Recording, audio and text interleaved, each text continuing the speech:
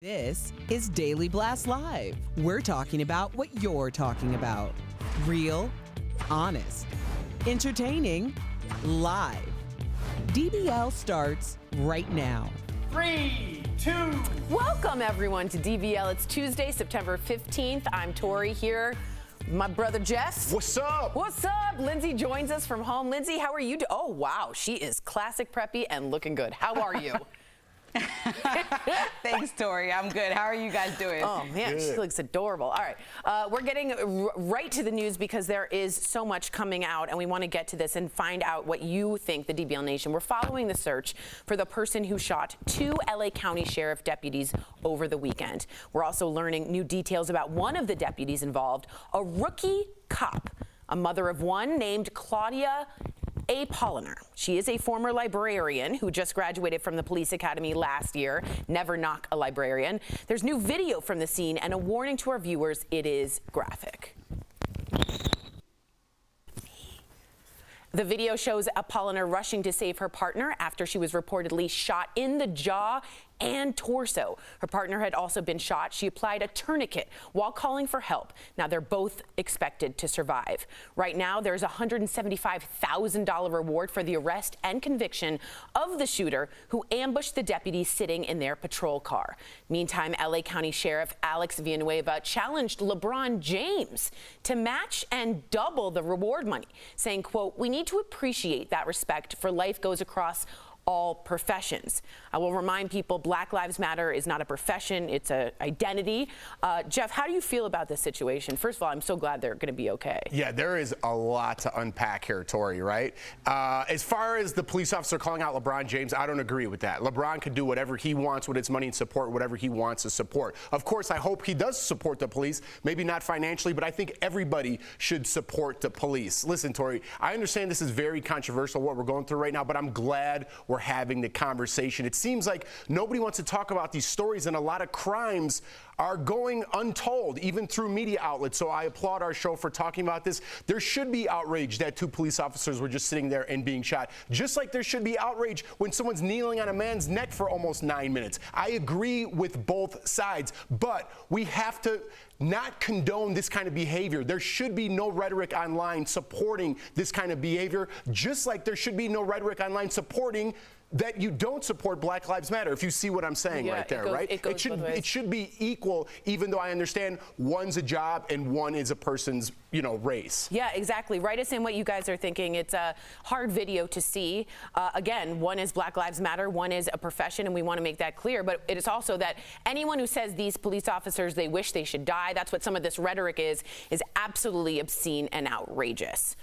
Moving on, the city of Louisville is settling a wrongful death lawsuit brought by the family of Breonna Taylor. Now, details of the settlement are expected to be announced later today, but it reportedly includes a substantial multi-million-dollar amount as well as more police reforms.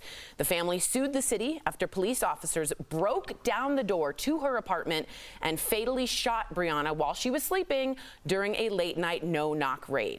None of the 3 officers involved have been charged, but a grand jury for a criminal court is now investigating. What do you feel about this, Lindsay? It's been 6 months more?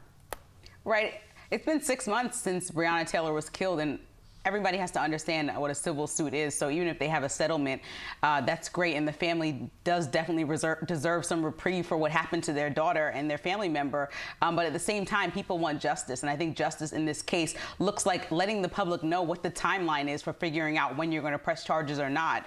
We're waiting, and we know exactly who the killer is of Breonna Taylor, even though just the last story we did, we're offering hundreds of thousands of dollars asking LeBron to match it when we don't know who that person is. So we know who killed Breonna, and we're offering nothing, but we are asking for hundreds of thousands of dollars to find out who killed the cops. Like, it should be the same justice on both sides. A young woman lost her life who didn't do anything, and that city has now put in place Breonna's law and said, hey, we're going to put in a law for Breonna Taylor and say that we think no-knock warrants are not okay, but we're still not going to provide her family any justice. And so a settlement is a step, but they still need to do much more. I totally agree. Jeff, you're nodding your head. What do you think? Well, Tori, I kind of want to go to you on this, and I don't mean to put you on the spot. And I go to you for legal questions. And listen, we're honest on this show. Do you think that these police officers will be convicted in court, even though they had their warrant, they had what they needed? Do you believe you'll see any convictions or anyone being charged even? Charged, because we don't even know if they'll be charged. Let's start there, right? Yeah, let's start. That's what I'm saying, you know? I think that they will be charged because of the pressure. I do think that. And Lindsay, I'd love your take on this, to be honest. I think they'll be charged. Convicting cops is very difficult. But I always say, when you say prosecute killer cops, this is why. At some point, there needs to be made an example of, and the peak needs to tip. If this is it, because it's so public, everyone's writing it on their shoes, you see coaches with it, perhaps this is the one that tips the storyline. Lindsay, do you have hope that this is the one, or do you still worry? For sure, I always hope that, especially when it comes down to a black woman, since in those instances receive even less justice than black men when we're asking for their killers to go to prison, especially when they're police officers. But I do know that if you implicate that all these officers and say that the laws were wrong, the no-knock warrant was wrong, and say these are all criminal charges, then you're basically indicting the entire city. And so I know you said it's hard to charge a cop. Well, it's hard to take down the entire establishment. And so I think it's going to be a long fight. But as you can see, people are not letting up. And I think just saying Breonna Taylor's name, covering it on the show, and keeping it relevant is important, because that public pressure we've seen has changed things in the past. Amen. I also just want to say there's a new law in Colorado, at least, in which immunity for cops is being changed. And certain cities are altering that, and states are altering that. And I think that will really help, because they do have a ton of immunity of certain things. So, and I think that's what, correct me if I'm wrong, Lindsay, but that's what the movement is all about, right? Changing the system, reforming and putting the a different system in place. Linz, go ahead. Right, and I hope that we can make change ahead of time. You know, like, nobody wants to lose another black life just to change the law. So Breonna's life was lost when she actually was a public servant. She was an EMT for years, somebody who was a stand-up citizen. And so we had to lose that life to fight so hard for this. So we're hoping that with everything that happened this year, unfortunately, we lost so many people already, but can they make changes without us having to take to the streets and lose another life? That's the biggest thing. She was a first responder. She was going to be a nurse, and we love our nurses. Wow, great conversation, guys. Let us know what you think. Facebook and YouTube. We are learning new details about Freedom, Georgia. 19 families, black families, combined their resources to purchase 97 acres of land in Georgia. They're hoping to start their own town. It's called Freedom, with a vision to create a safe space for their families. Now TMZ is reporting that several production companies are interested in creating a reality show to help tell their story. This feels like is Jews coming together to find Israel, and there's a lot of finding a hometown, a safe space. But I got to go to Jeff for the reality show aspect of this. Is this a winner of a show, or is this... You never know with these reality shows. Yeah. Everyone and their mother literally thinks they could have a reality show, right? True. But it seems like the producers in this case are going after them, which kind of turns the tables a little bit. So it's interesting. I'm telling you, Would you watch?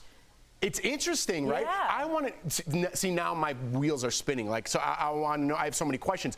Do they have to abide by their own laws? Do they have to abide by the laws of the land of California? Do they get to kind of do their own, or Georgia, I'm sorry. Do they kind of get to do their own thing? Like, what's going to happen on that ranch? And sometimes, listen, this is the downside of it. When you get people removed from society a little bit in their own little community, it gets a little weird. It gets a little weird. It can go a little crazy. That's what happened to you on Big Brother, I think, after 40 days.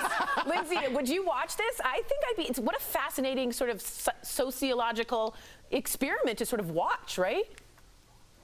Right, I love that, and I also love the idea of showing on television black ownership, because I think a lot of times a lot of people weren't taught that, and so, you know, somebody like myself who just started a company last year, it's really important to own things, and not something that we've seen our parents do a lot historically. And so to watch this show in an uplifting way, hopefully they'll make a community that is flourishing like Tulsa, Oklahoma. So I will be tuned in if a production company buys that show. But what if it flourishes, Lindsay, and they're having a great time and their life's awesome, and then some weirdos come and are like, "Could I live here too?" That's you. You're gonna walk into oh. Well, that would obviously be the plot twist. That's the time to watch. That is the plot twist. Centaurian there's the plot twist. Hey guys! By the way, mazel and congratulations on Lindsay Granger Productions. That's a huge deal, and we should support and applaud you. So mazel tough on that. Lindsay, owner. Thank you. Production owner. Stick around. Coming up on DBL as wildfires ravage the western part of the country. Our medical expert, Dr. Coley, is here to tell us what we need to know about the smoke. We need to know this, guys. Plus, it's the world's toughest race where only the strong survive. Meet a woman who's putting it all on the line.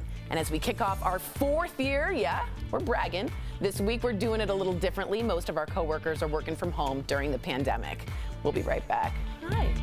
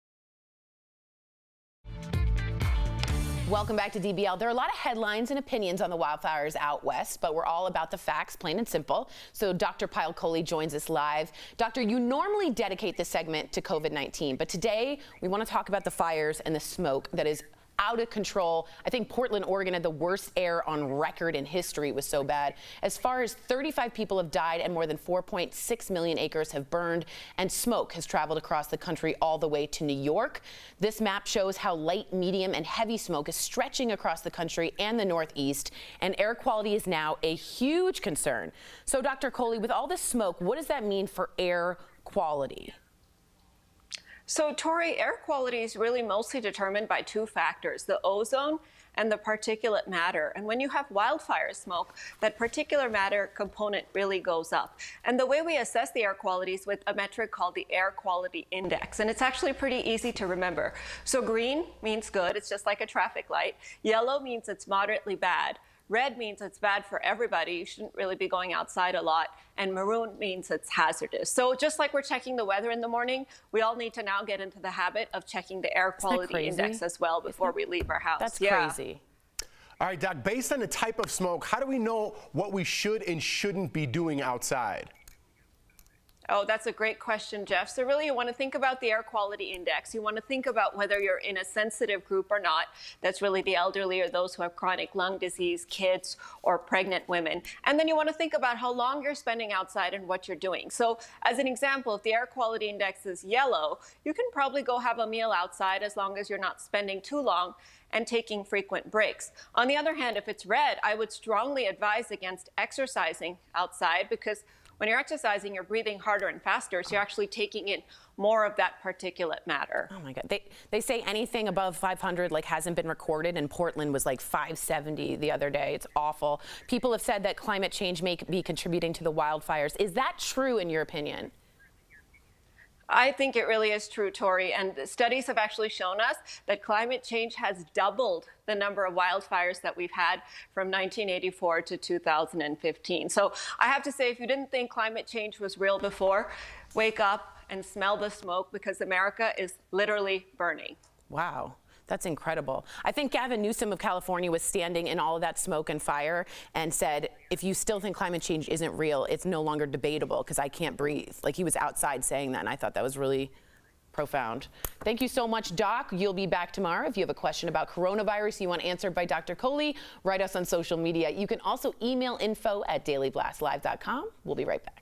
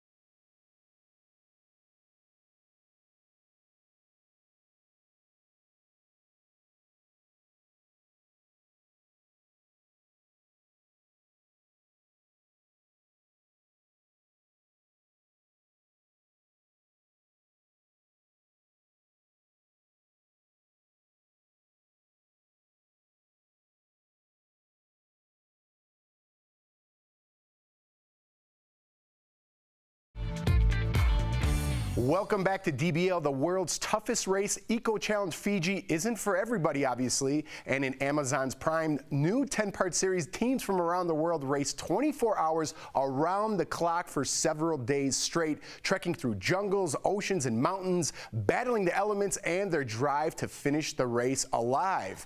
And one 40-year-old mom decided to give that a go for the first time. I spoke to Sonia Wick earlier in today's DBL Spotlight. 671 kilometers. Oh my God. And it is so hard. Brutal. Sonia Wick, thank you so much for joining us here on DBL. Now, you trekked more than 400 miles in 10 days through ocean, jungle, mountains.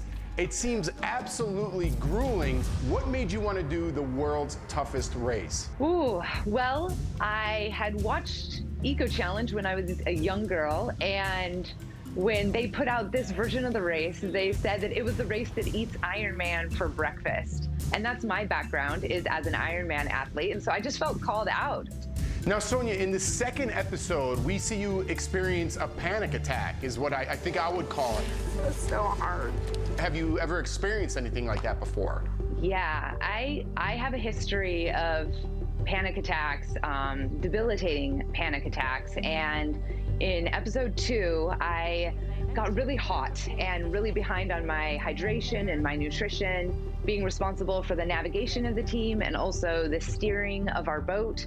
I neglected my self-care and I got really behind. So as we pulled into that checkpoint, I was really low and I had to figure out where we were going, and I wasn't really functioning, and I had kind of just a less a panic attack and more just kind of a total meltdown. I don't know. That brings me to my next question. I was on Amazing Race, so I know the feeling of the adrenaline Trust me, nothing like World's Toughest Race at all. How do you put yourself together mentally after something like that happens? Because that's part of the challenge, being there physically as well as mentally. It's a team race, so the mental, the teamwork aspect of it is really important. And when you get down, you know, luckily we had James Lawrence on our team who's great with mindset, and he reminded me over and over and over again that you have to change your thoughts. You have to be aware of the negative thoughts that you're having, and you have to find ways to transform those into maybe not positive thoughts, but at least neutral thoughts that aren't going to drag you down. How did you take what you've learned from your experience in World's Toughest Race into your real world experiences right now? Oh, that's such a great question. I think one thing I learned in the race is that you have to embrace what is right now in the moment and work on what you can control in this moment. If you're pushing your bike through shin-deep mud, it doesn't matter the navigational mistake that you made 10 hours ago. It doesn't matter the whitewater rafting section that you're scared to death about that's coming up. All that matters right now is the mud and how you process and conceptualize the mud.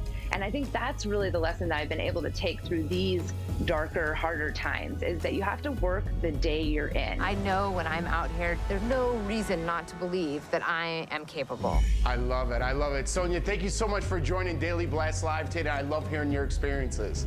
Thank you for having me. It's been an honor. If you guys want to see Sonia in action, catch the World's Toughest Race Eco Challenge Fiji on Amazon Prime. Thanks, Sonia. We'll be right back, everybody.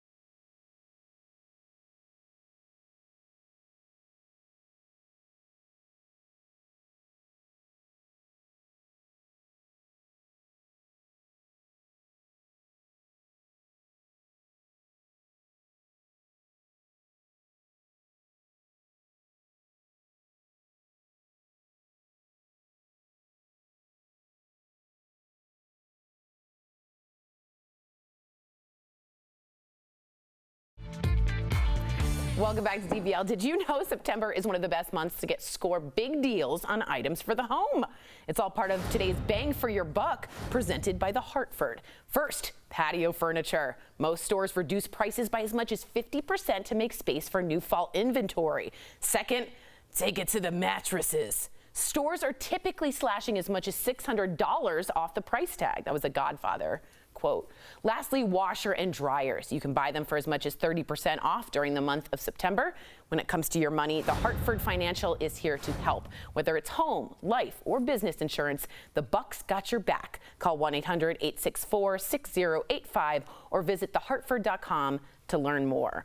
Real quick, I want to get to some comments because we're getting them in. To clear up something very quickly, Mike from Facebook says, justice for Breonna Taylor, ... The family decided to settle. They also, we just heard, got $12 million in the settlement. I want to be super clear about this. This is the civil case. This is only allowed to get money or not. You don't get criminal charges. That is a separate case like the O.J. Simpson. Jeff Goldman, can you explain that a little bit? Well, I mean, everyone kind of knows the O.J. Simpson, even if you don't know the law like me, obviously, right? He was convicted of he was let go of the crime, right? He wasn't convicted, but he still owes to this day the Goldman family a lot of money. That's where the civil suit is. Correct. And it doesn't matter which order it comes in. Correct. Breonna Taylor settled civilly. They will still be criminally charged in court. Correct. We're waiting on the grand jury. Yes. You're absolutely right to that. Lindsay, I also wanted to get to your take on the hero deputy and the LeBron James comment. Sandra from Facebook says, damn right, that's his damn money, LeBron James. What do you feel about the cop reaching out to LeBron and the whole situation?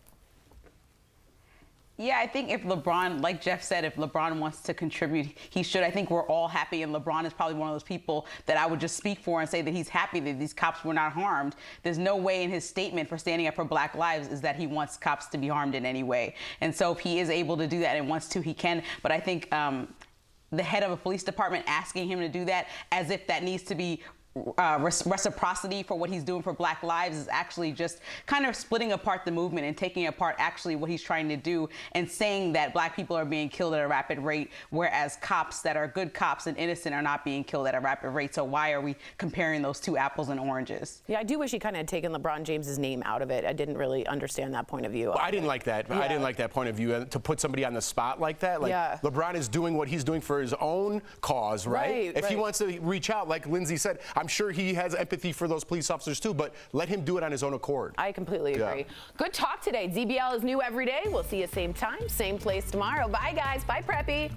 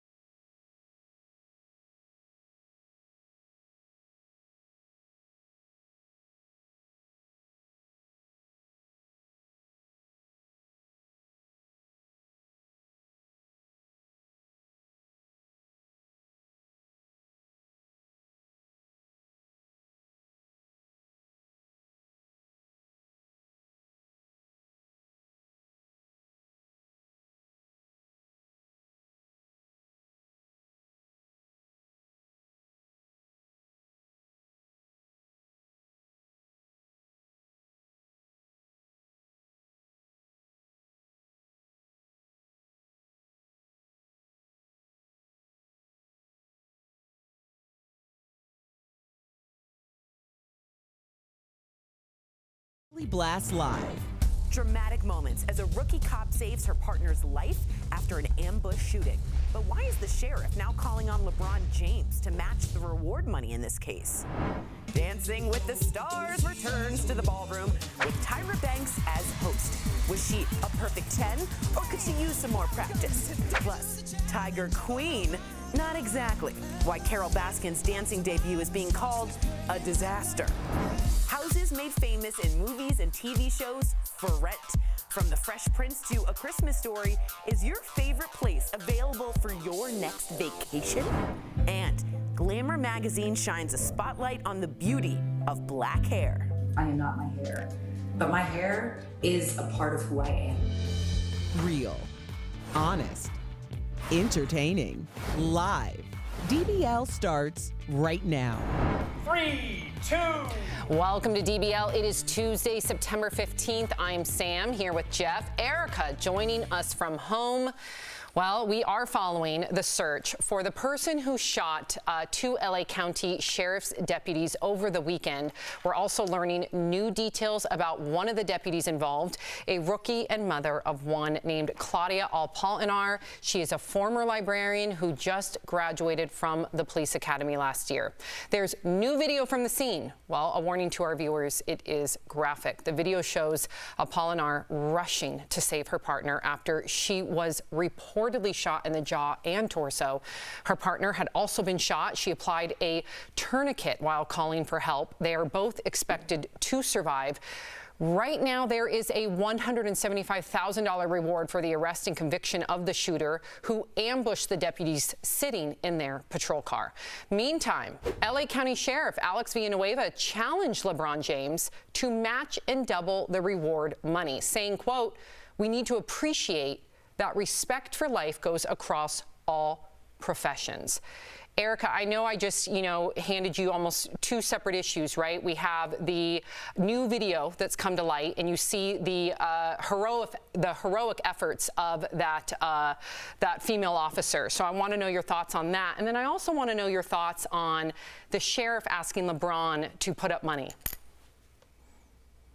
Well, obviously, what we're seeing is true heroism in the midst of a heinous act. No one wants to see anyone be ambushed in this way. We don't want to see law enforcement, who obviously are protecting and serving their community, under attack. When we're putting or conflating these two in terms of the sheriff asking LeBron James to match that donation, that feels like that was a very personal thing in terms of what the sheriff is feeling about LeBron James' social justice actions. And in the long run, that kind of opens the door to a negotiation of sorts. And when you bring someone in who has obviously been very vocal about social justice and wanting there to be change and encourage them to make a monetary donation, then you're kind of opening up the door to have a broader conversation about what true reform in policing would mean. So I think this is a very interesting act because this is a very public negotiation table at this point. So I'm waiting to see what LeBron James has to say about it, because obviously there isn't going to be a conversation had if both sides aren't coming to sit down and open up the broader issue. And I hope that they do.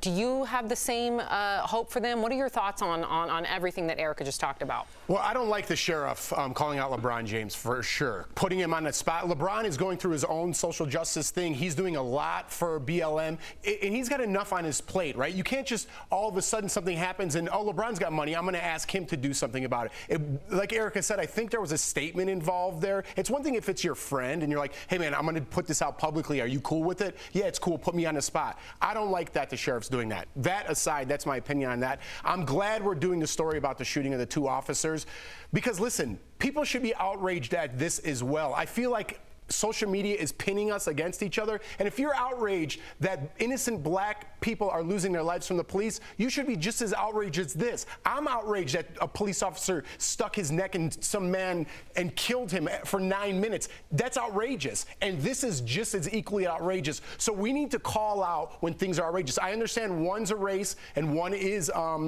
a profession, but we can't have this. We can't have any applauding. In fact, we should be like, this is horrific. No one needs to do this, and we need to come together as a country. This is really getting out of control. The blue, the red, the sides that we're on. I'm with you 100%. You took the words right out of my mouth. And as Erica pointed out earlier, somehow social media is trying to conflate the two issues. And I just hope that everybody can not fall victim to that and really try to put themselves in the shoes of the officer, as well as put themselves in the shoes of some of the unarmed, black men and women who have been killed by the hands of police officers, and come together and want reform, of course, when it comes to police brutality, but also call something out when it is blatant murder, like what we saw with this police officer and that woman's heroic efforts. Bravo to her. I guess I can't say murder because he did not die. Am I right? They're both expected to survive. Thank God. Correct. So let me just clarify that. They are both expected to survive, and we pray that they do. Our thoughts and prayers are with them. The city of Louisville, yeah. Louisville. Yeah. Gosh, I always get that one wrong. Is settling a wrongful death lawsuit. So brought by the family of Breonna Taylor, the city has agreed to pay the family $12 million and institute reforms, hoping to prevent similar situations. According to the New York Times, the family sued the city after police officers broke down the door to her apartment and fatally shot her during a late-night no-knock raid. None of the 3 officers involved have been charged, but a grand jury is investigating. Erica, this has been slow, I can't even say slow justice. I mean, I'm happy that the family has reached a settlement. I hope that they are satisfied. I know that their attorney says they're satisfied, but considering that there has been no arrests yet, how do you grapple with that? Well, this is hard because obviously there's so little closure in this case, especially when there's been so many cries for justice and nothing has seemingly been done. I understand that a settlement closes one chapter of it, but it doesn't close the entire thing. I think that it was interesting that a part of the settlement was a vow for serious and concrete police reform, which ultimately issue. In terms of the money, though, you have to also remember that her boyfriend, Kenneth Walker, a lot of us spent our own money and donated to get him his legal funds, to get him out of jail. He has served more punishment than the people who were involved in this erroneously served no-knock warrant. We've seen 1 officer out of the 3 fired. We have Breonna's law, which indicates that something went terribly wrong and it was illegal and unlawful. And now you have a $12 million settlement. That screams that this was not law and order and that justice needs to be served. So it's like everything around justice is happening, but the actual arresting the cops who killed Breonna isn't happening. And I'm just going to say this from my own point of view. I do believe that the reason why justice is coming so slow is because the police officers are just a facade for the bigger picture of how corrupt this entire investigation has been and why. Wow. Jeff? Yeah, I mean, just to clear things up, Erica said it all right there, but a civil suit is where they're going to get their money, right? If you look back to the OJ case, everyone could understand that. He still owes the Goldmans a lot of money. He lost his civil suit, but the criminal suit he was not guilty of. So these officers in this particular case have not been in criminal court yet. They will have their day in court, but I just want to make sure everyone's sure on that. This case is not over. It's still open. I'm glad you mentioned that because we did get a few comments earlier I was reading where people were confused and almost saying to the point, Erica, that, if she settled, or her family rather, I should say, if her family settled, doesn't that admit guilt in some way? Erica, I want you to speak to that because I've read a few of those comments. Well, I would just ask, how many times have we seen something, seen a civil case settled before there was ever justice served and the grand jury is still convening in the legal case, the criminal case?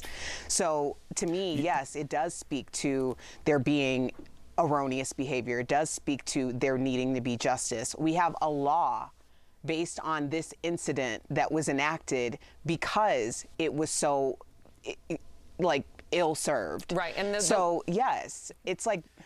And the law, just for our viewers to know, you cannot just barge into a house, not knock. They're called no-knock warrants. You cannot do that anymore. And also, you can't be in plain clothes. Because can you imagine anymore? Can you imagine being in your home and people just in plain clothes go through your home and they have guns in their hand? You would think that you're being robbed. You think that you were being killed. You're going to defend your family. Right. I mean, listen, Sam, this is something for the lawyers to decide. None of us are lawyers on here. I don't know how this is going to end up, but I know. You know, it's not going to end up well. Yeah. I should say. You know, no matter what the verdict is, there will be outrage on some side. Right. Right. But a young woman, a really incredible young woman, lost her life. Not to take away from any of that. I'm just talking legally. Yep. Erica, stick around. Coming up on DBL, as wildfires ravage the western part of the country, our medical expert, Dr. Coley, is here to tell us what we need to know about the smoke danger. Plus, Glamour magazine is going all in on black hair. It's the new campaign to end the age-old problem of hair discrimination. And as we kick off our 4th year this week, we're doing it a little differently. Most of our coworkers are working from home because of the pandemic. We'll be right back. There's no time like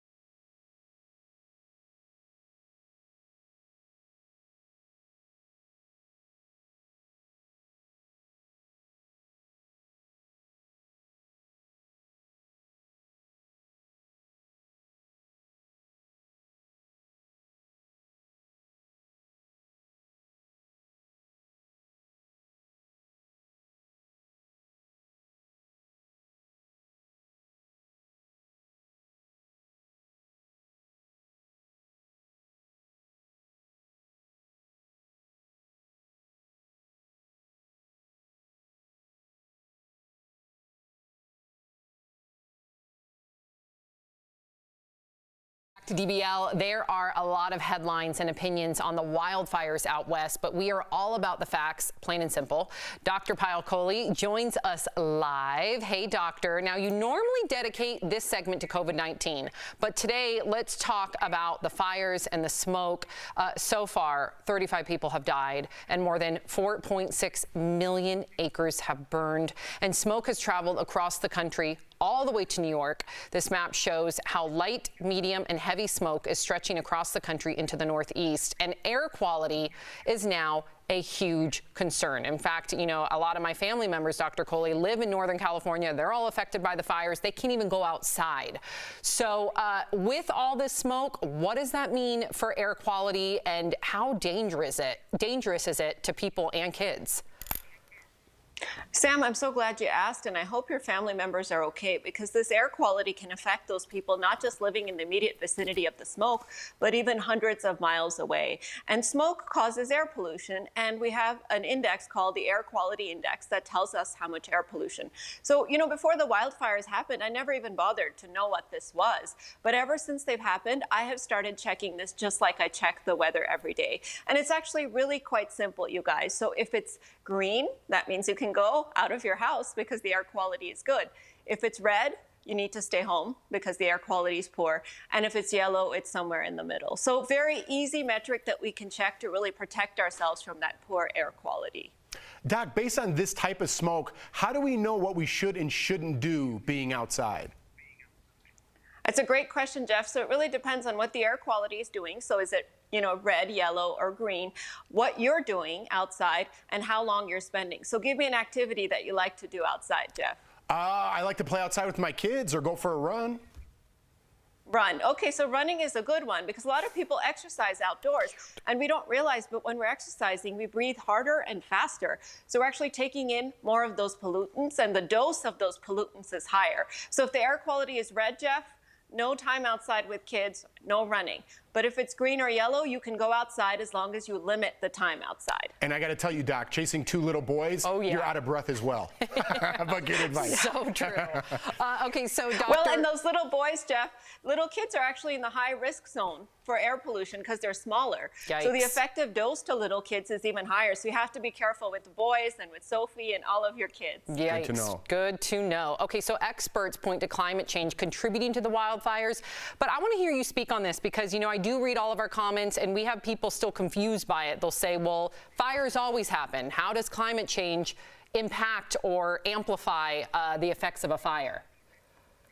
So what it's done, Sam, is created drier, hotter, and less moisture. And that's really what's resulted in fire spreading. In fact, studies have shown there's been a doubling of fires from 1984 to 2015 because of climate change. Well, there you go. We appreciate you, Doctor. You will be back tomorrow to talk about coronavirus. So, DBL Nation, if you have a question about coronavirus you want answered by Dr. Coley, write us on social media. You can also email info@dailyblastlive.com. Thank you, Dr. Coley. We'll be right back.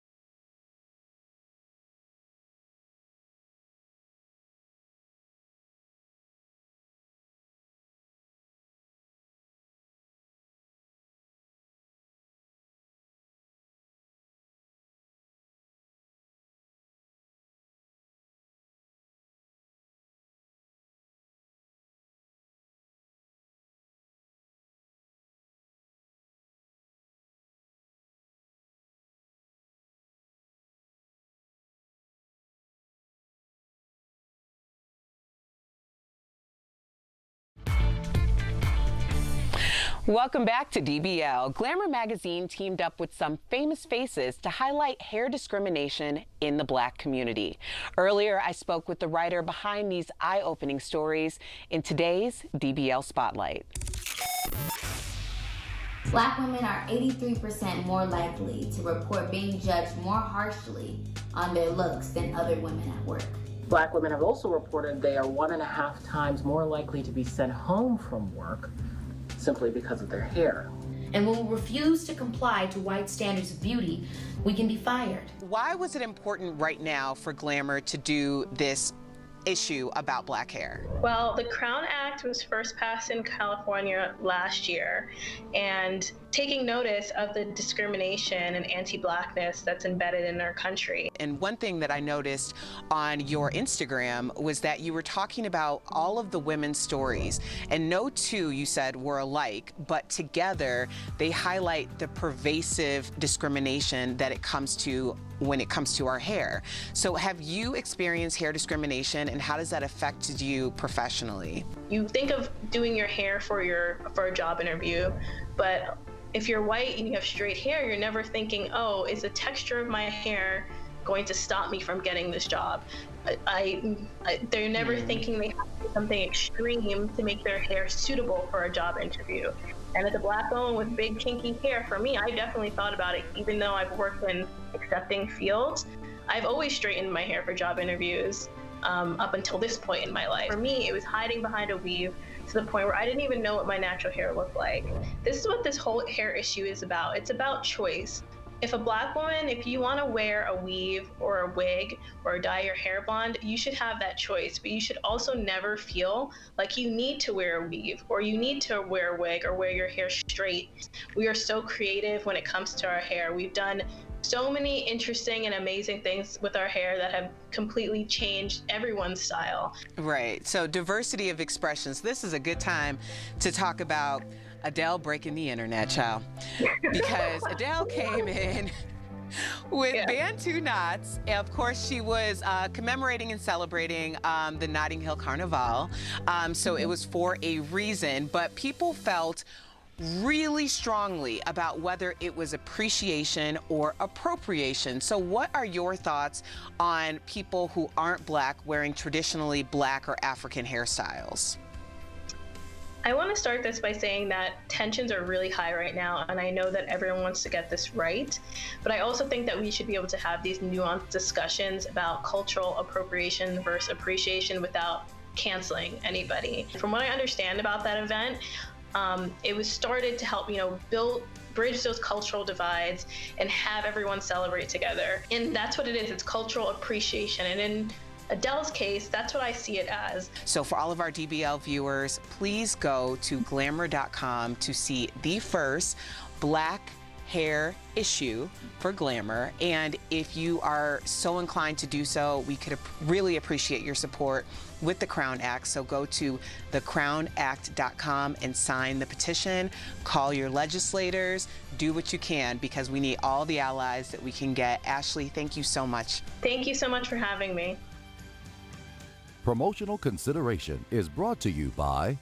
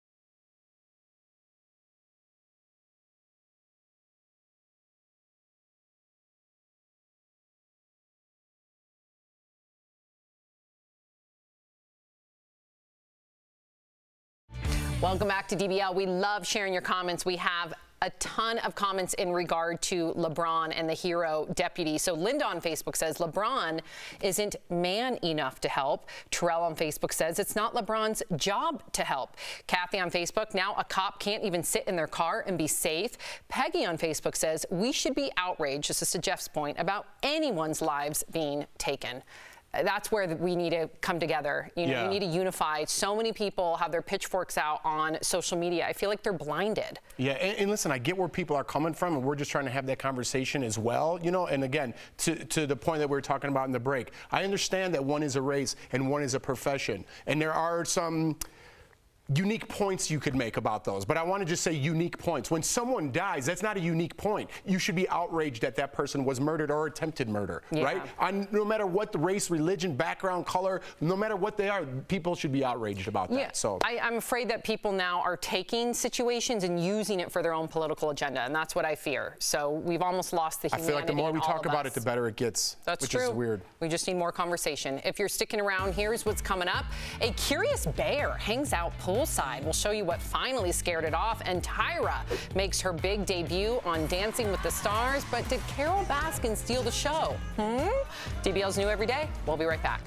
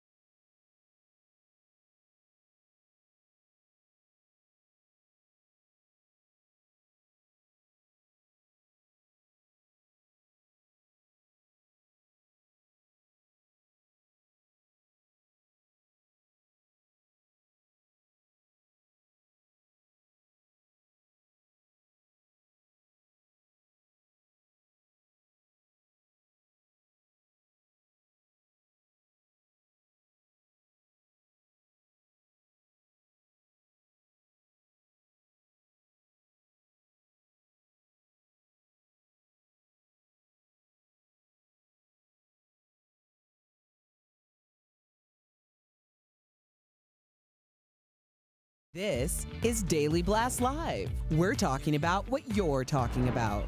Real, honest, entertaining, live. DBL starts right now. 3, 2. Welcome to DBL. I am Sam here with Jeff, Erica, joining us from home. All right, you guys have a lot of opinions on last night's Dancing with the Stars. Tyra made her hosting debut of the new season, or on the new season rather, of Dancing with the Stars last night, replacing longtime host Tom Bergeron. Watch. I cannot believe it. I am finally here. You guys, my family and I have been fans of this show since day one. And look, Mama, I'm in the ballroom. I'm in the ballroom, and I get to say, welcome to Dancing with the Stars. All right, so a lot of you were applauding her. However, not everyone's a fan. One person tweeted, "Can Tyra please be the first one sent home?" Ooh, another one wrote, "The problem with Tyra Banks as a host is that you replace the heart of the show. Nothing against her, but it just sounds so off when you hear her voice instead of Tom Bergeron's. People want comfort. It's just a really poor decision." Okay, Erica, I'm going to start with you. Is Tyra the right host for this show? Will she grow into the role? Will people finally accept her? You know, here's the thing. No one is paying Tyra Banks type money for Tyra Banks if there wasn't some type of research behind that. So I'm going to assume that she is the right fit for the show because obviously there was a whole lot of opinions that came up with this one. Tyra's fabulous no matter what she does, so maybe she's going to bring, you know, a little bit of spontaneity to the show. What do you think, Jeff? Well, I want to go off your point, Sam, Okay. because you were talking about comfort before we started the segment. Why don't you go off that and then I'll go on. Okay, so I love Tyra Banks, I do, but not for the host of the show, and I'll tell you why. Erica, don't hate me. I'm somebody that gets really into a routine of television watching, Dancing with the Stars, and I like to have my comfort, meaning like everything's predictable. That would mean Tom Bergeron's the host. And then the way I can liken it the most for me is when I think of Young and the Restless. Yes, I'm a soap opera fan. If somebody is going to change like Victor Newman's character or any of those main characters that I've grown up with and still watch and love to this day, I no longer feel like I'm eating my comfort food, and I know that's not fair. I know it's selfish, but that's the way I feel. No, but I think a lot of people do, because I think even when Erin Andrews took over for Brooke Burke, I didn't like it. A lot of people didn't like it. I still don't like it. Because of their comfort. They were so attached to Brooke Burke, right? I remember when the Flintstones tried to pull this when I was a kid, Barney Rubble, they changed his voice, and I was like, who's this guy? That's not Barney, and it was a cartoon, and I was little, and I still noticed I remember that with Mickey Mouse, the Mickey Mouse Clubhouse. The voice all of a sudden changed, and I was like, that's not Mickey's voice. Okay, so Erica, we're going down a rabbit hole here. I apologize. What else struck you? Like, what did you think about some of like the polarizing figures? Because you know that many. Let's get into it. Yes. Okay. Let's dive in. Let's dive in. Tiger King star Carole Baskin danced the Paso Doble to the song Eye of the Tiger, but it wasn't enough to win the judges over. She earned an 11 out of 30, which, by the way, was the lowest score of the night. Adding further insult to injury, the family of her missing husband, Don Lewis, aired a commercial asking for information about his disappearance. Look. I'm Donna. I'm Don Lewis's oldest daughter. We need to know what happened to our father. Don Lewis mysteriously disappeared in 1997. His family deserves answers. They deserve justice. Do you know who did this or if Carole Baskin was involved? Wow, Carole Baskin has always denied any involvement in her former husband's disappearance. Erica, what do you think of Don Lewis's family calling her out? What did you make of her dancing? And how was she the biggest name on the marquee compared to like all the other big stars out there? Because we all want to know how this woman is a household name, and apparently she is under suspicion for the mysterious disappearance and possible murder, and she's dancing around a ballroom. That's why we want to know. And the fact that the family is asking these questions in this way is 1,000,000% appropriate, because if that was my father, I would be at the ballroom asking some serious questions live on air. Good for you, E. What did you think? Where's the cancel culture outrage? People get accused of something 20 years ago for something that they misspoke, missaid, whatever it may be. Their lives are over. This woman allegedly murdered her husband, and you get on Dancing with the Stars? Where is the outrage, cancel culture? It's interesting that you brought that up, right? Like, what constitutes everybody to come out with their pitchforks?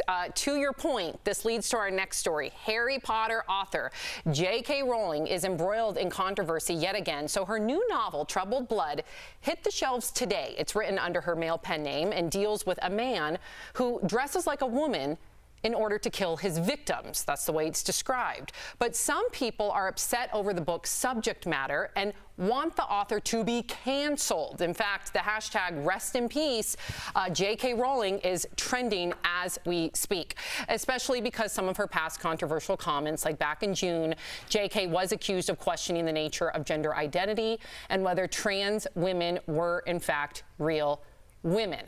Okay, so I'm just going to break this down for all of you because I know that some of our viewers have already written in, like, what's going on with J.K. Rowling?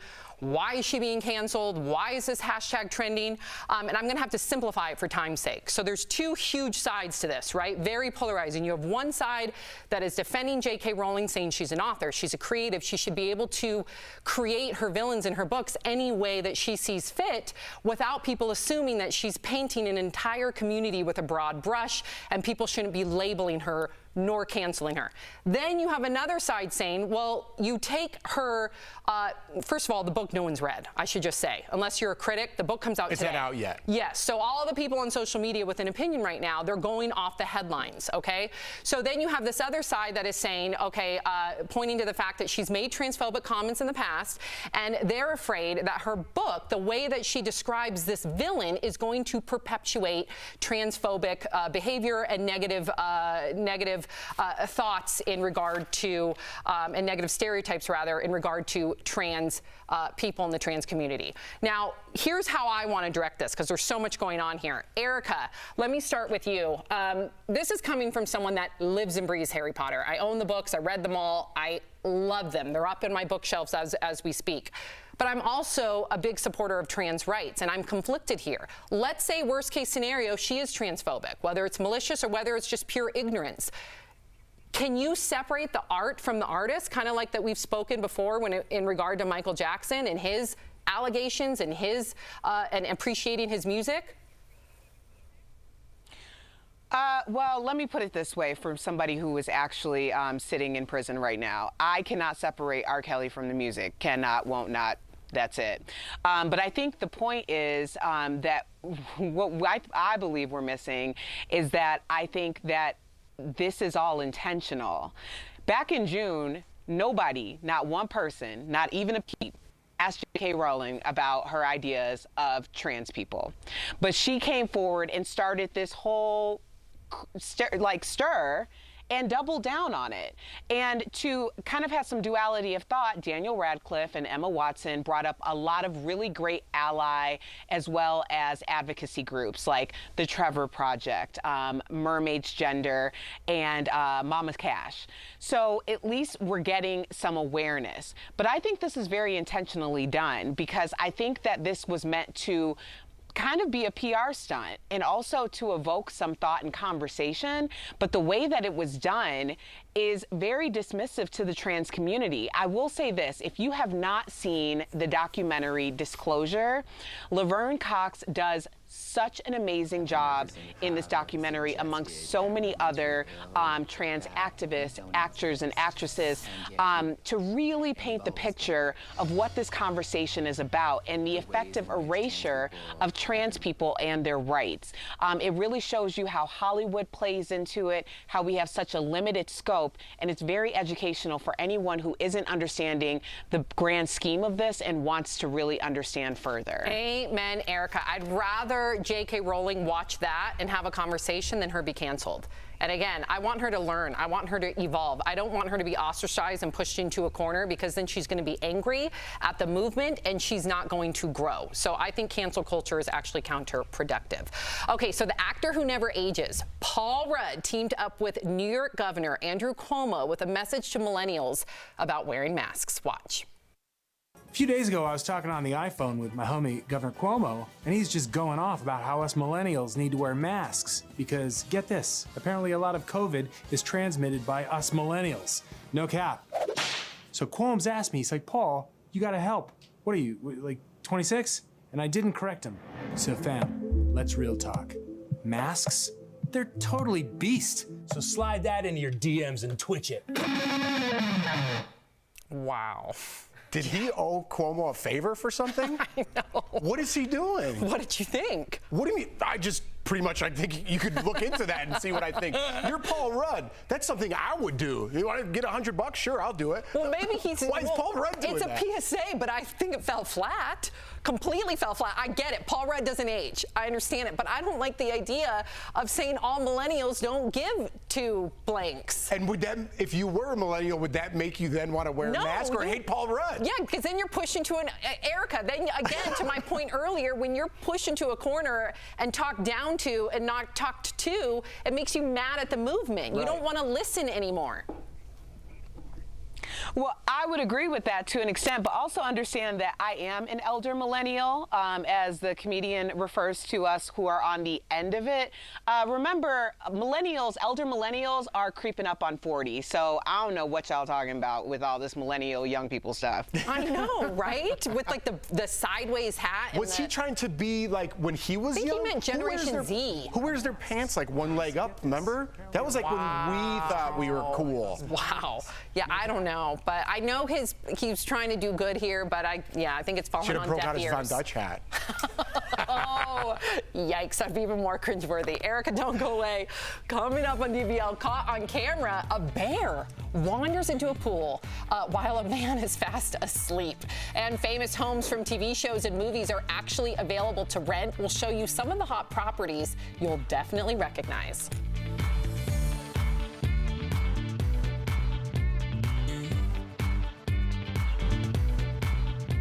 Tomorrow. A Louisiana man got his PhD in molecular oncology and is now in medical school. I was curious as to, how do you take care of a sick patient? How do you make sure that they make it home? And young, black, and sentenced to death. It's the shocking story of a 14-year-old boy executed more than 70 years ago. That's in True Crime Chronicles tomorrow on DBL. At Guild.com.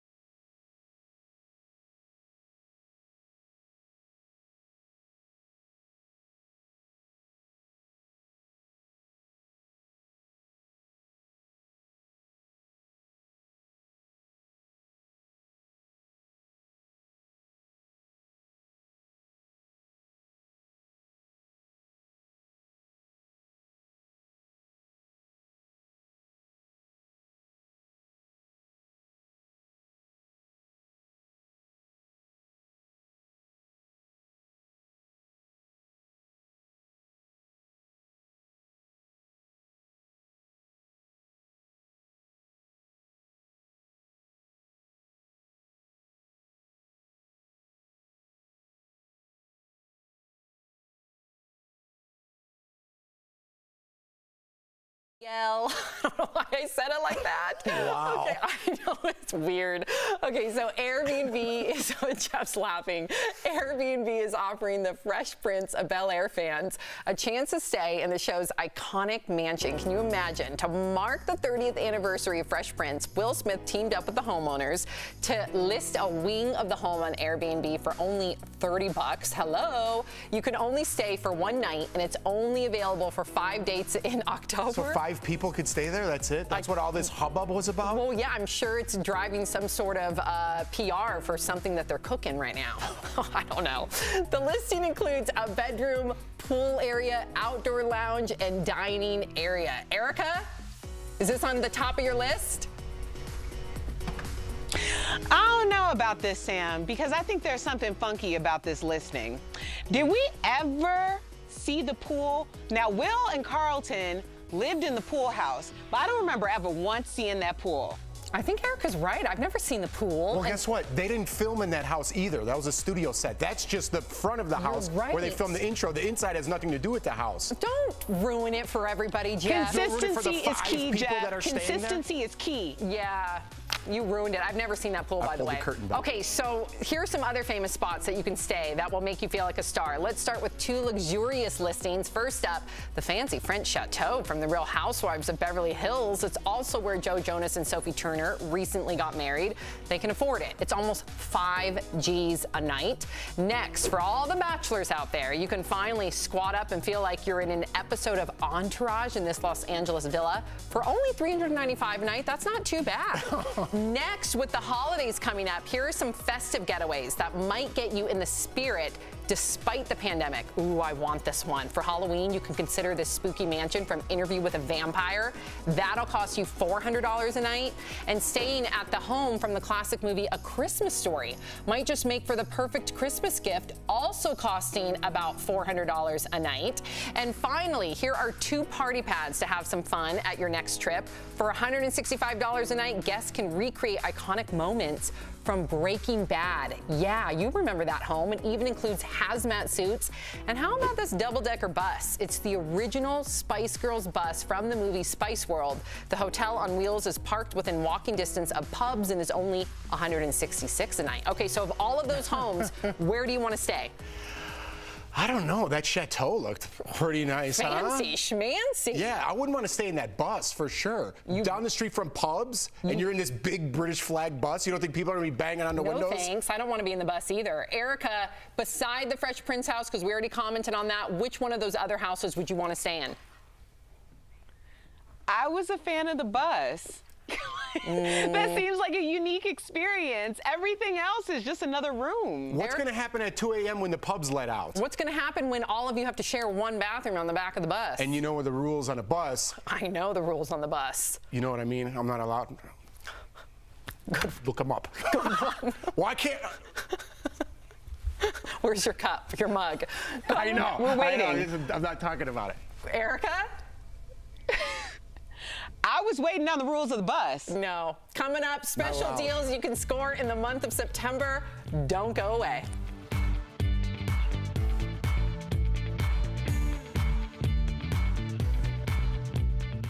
Hello, I'm William Shatner.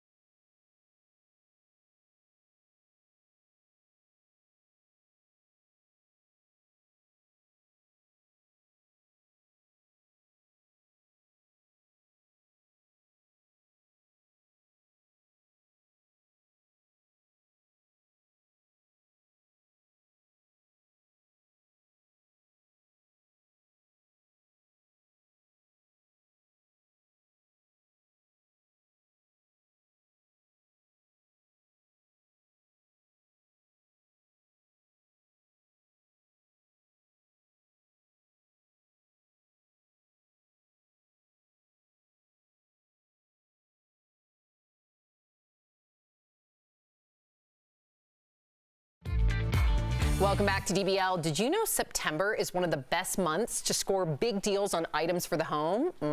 It's all part of today's Bang for Your Buck presented by The Hartford. So first, patio furniture. You guys, most stores reduce prices by as much as 50% to make space for new fall inventory. Second, mattresses. Stores are typically slashing as much as $600 off the price tag. Lastly, washer and dryers. Ooh, those ones are gorgeous. You can buy them for as much as 30% off during the month of September. And when it comes to your money, the Hartford Financial is here to help. Whether it's home, life, or business insurance, the Buck's got your back. Call 1-800-684-6085 or visit thehartford.com to learn more. Ooh, Jeff, I saw you shaking your head. What do you like? Do you have patio furniture? Do you need a washer and dryer? Well, our dryer just broke, so I wish the Buck had my back.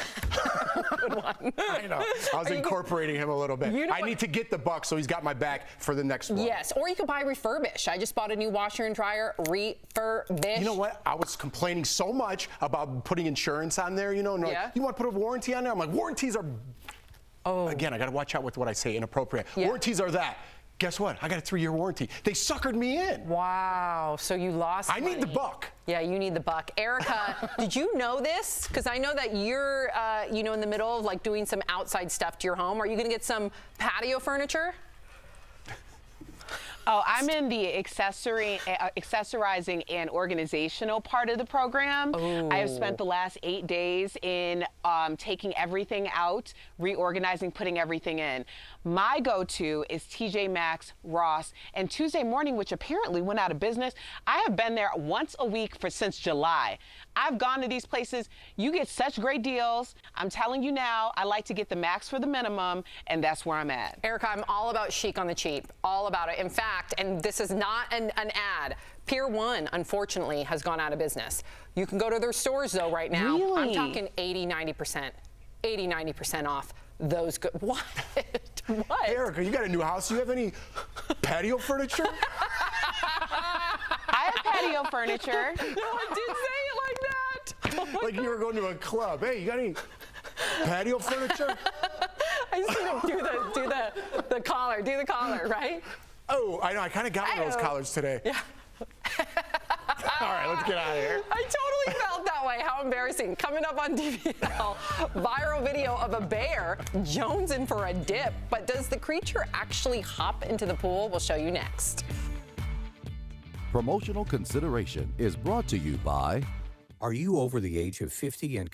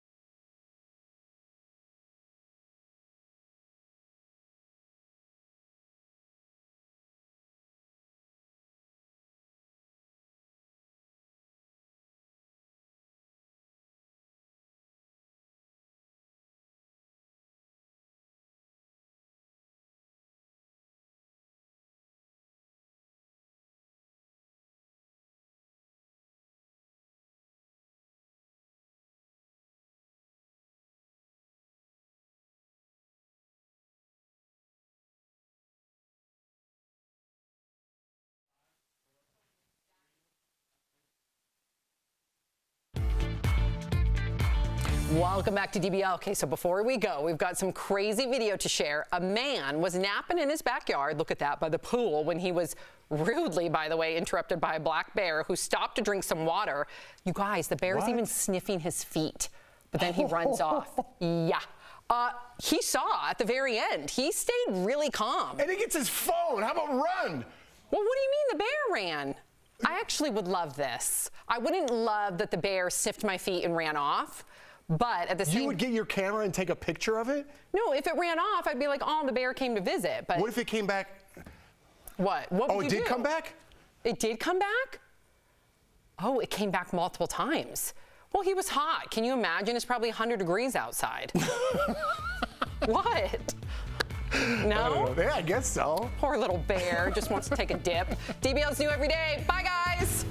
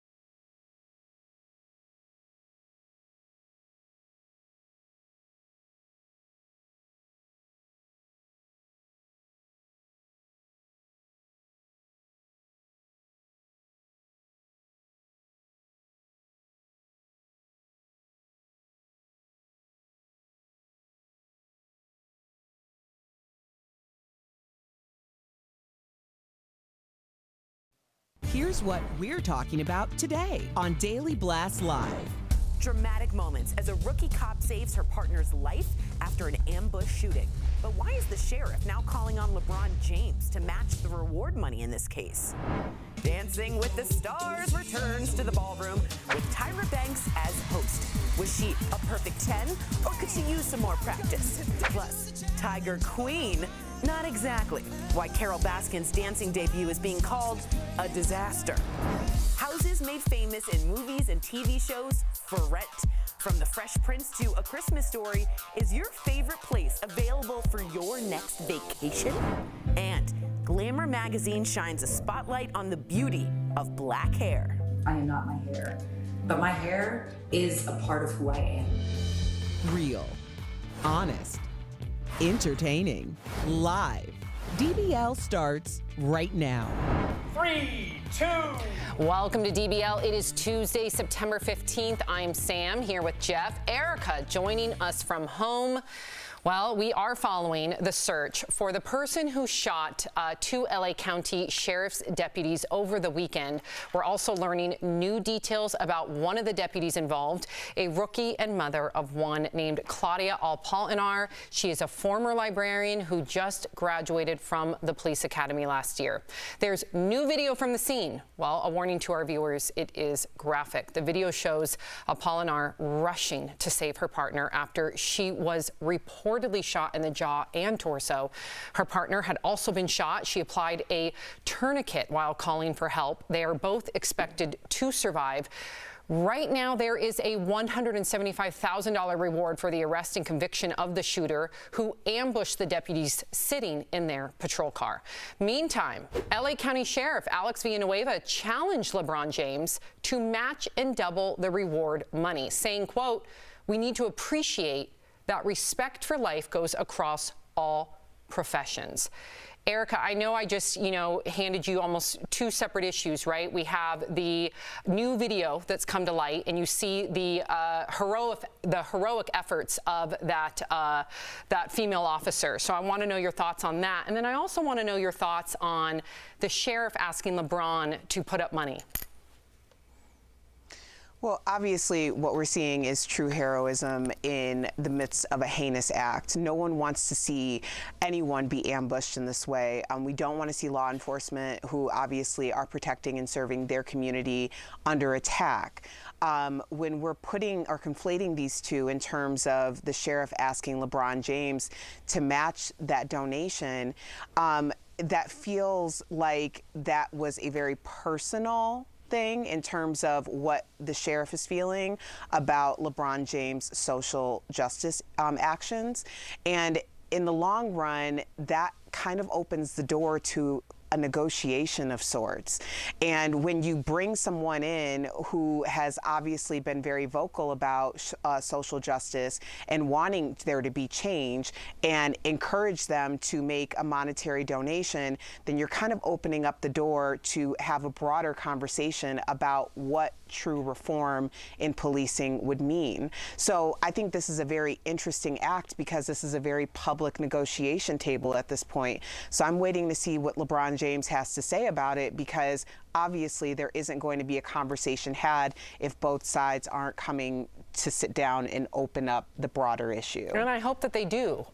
Do you have the same hope for them? What are your thoughts on everything that Erica just talked about? Well, I don't like the sheriff calling out LeBron James for sure, putting him on the spot. LeBron is going through his own social justice thing. He's doing a lot for BLM, and he's got enough on his plate, right? You can't just all of a sudden something happens and, oh, LeBron's got money, I'm going to ask him to do something about it.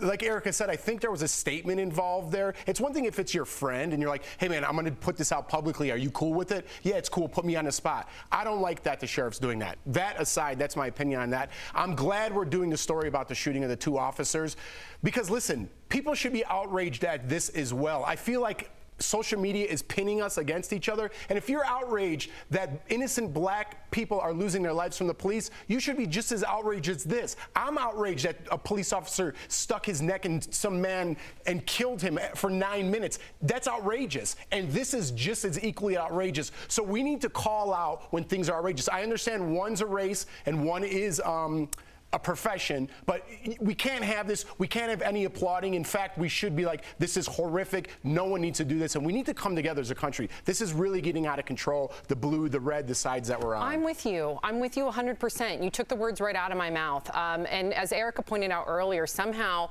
social media is trying to conflate the two issues.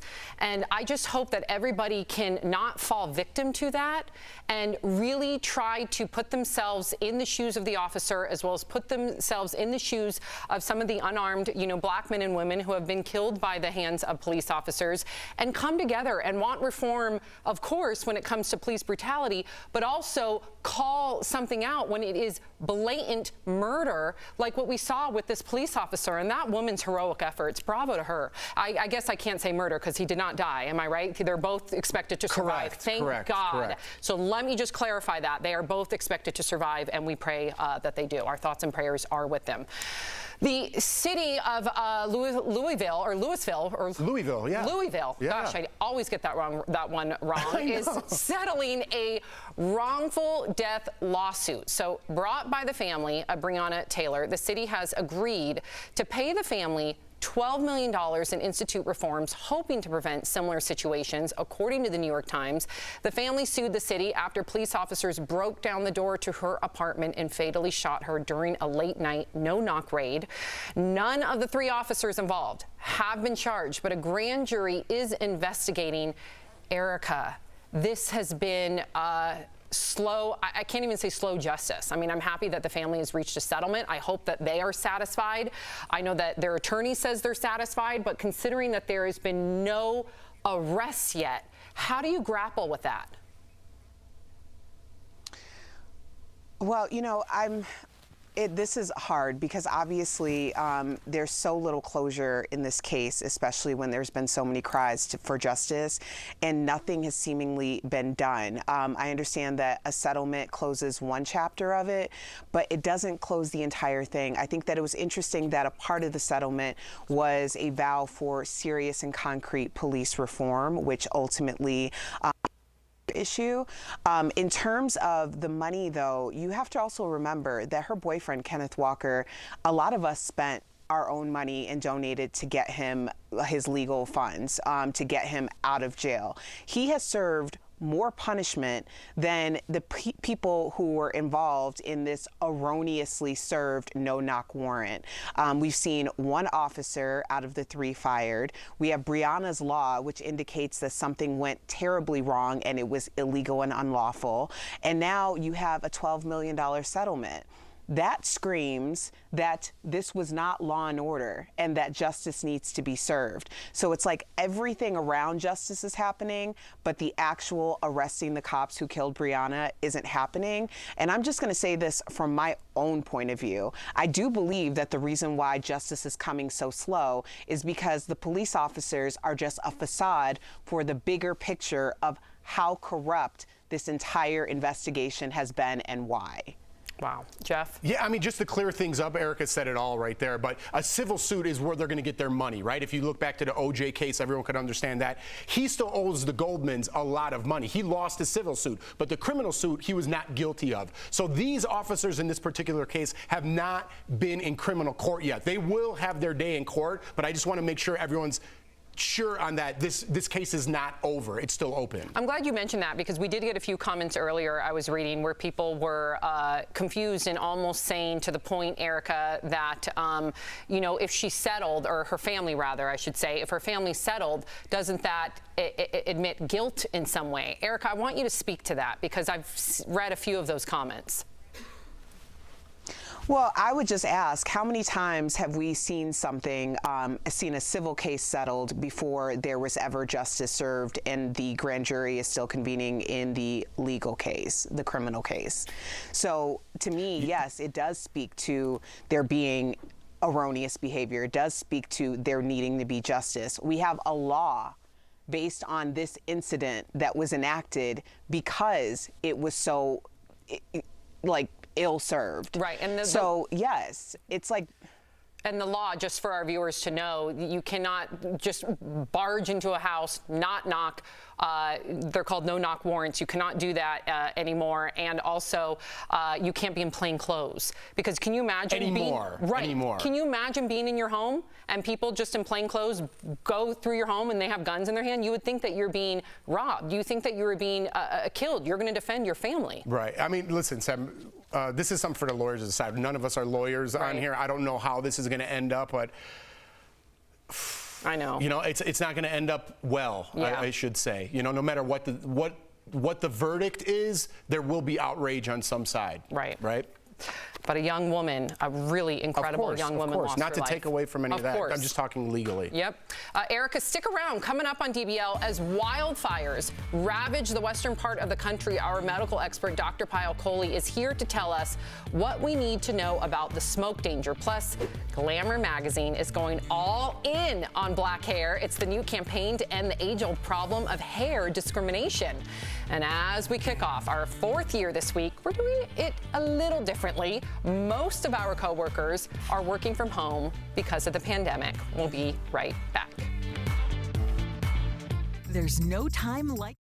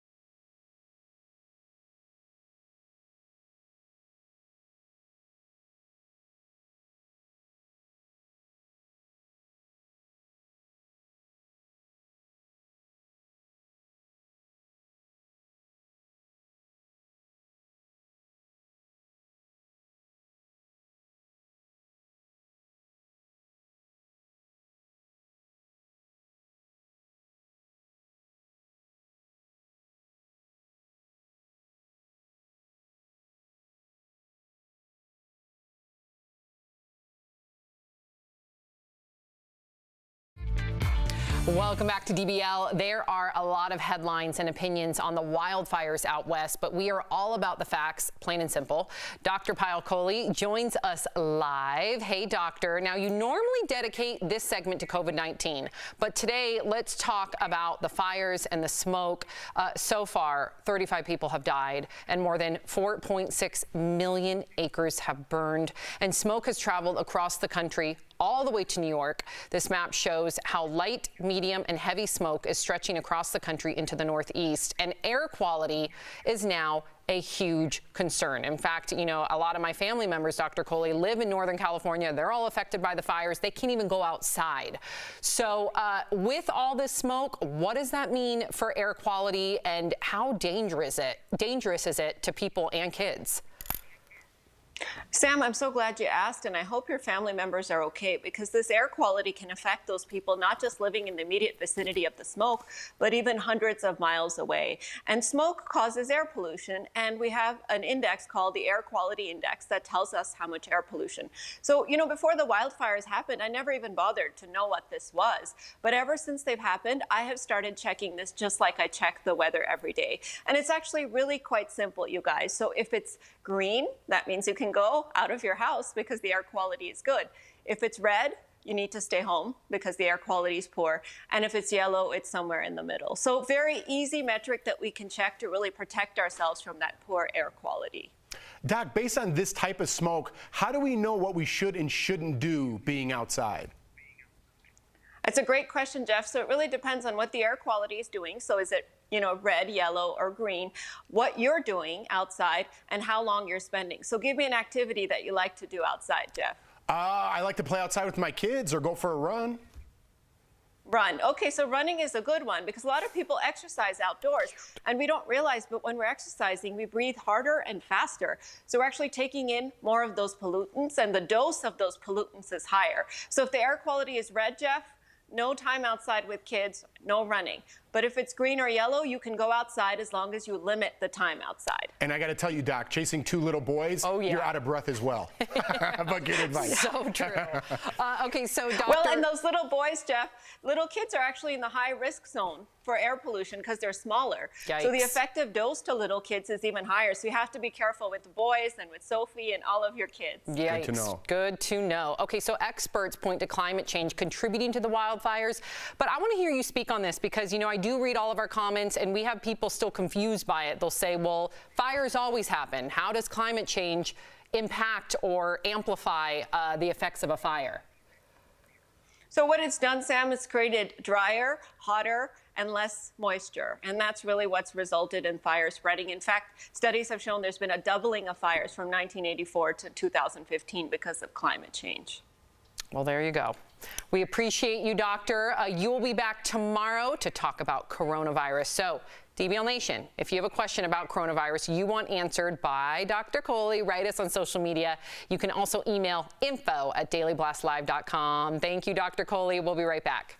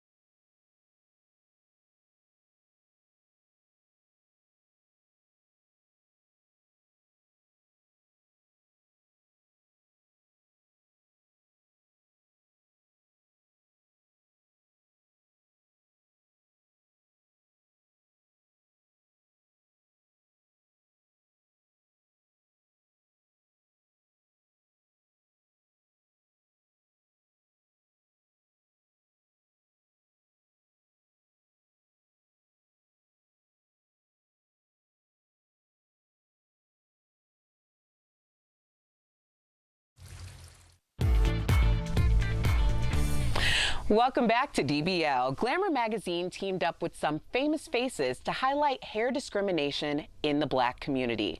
Earlier, I spoke with the writer behind these eye-opening stories in today's DBL Spotlight. Black women are 83% more likely to report being judged more harshly on their looks than other women at work. Black women have also reported they are 1.5 times more likely to be sent home from work simply because of their hair.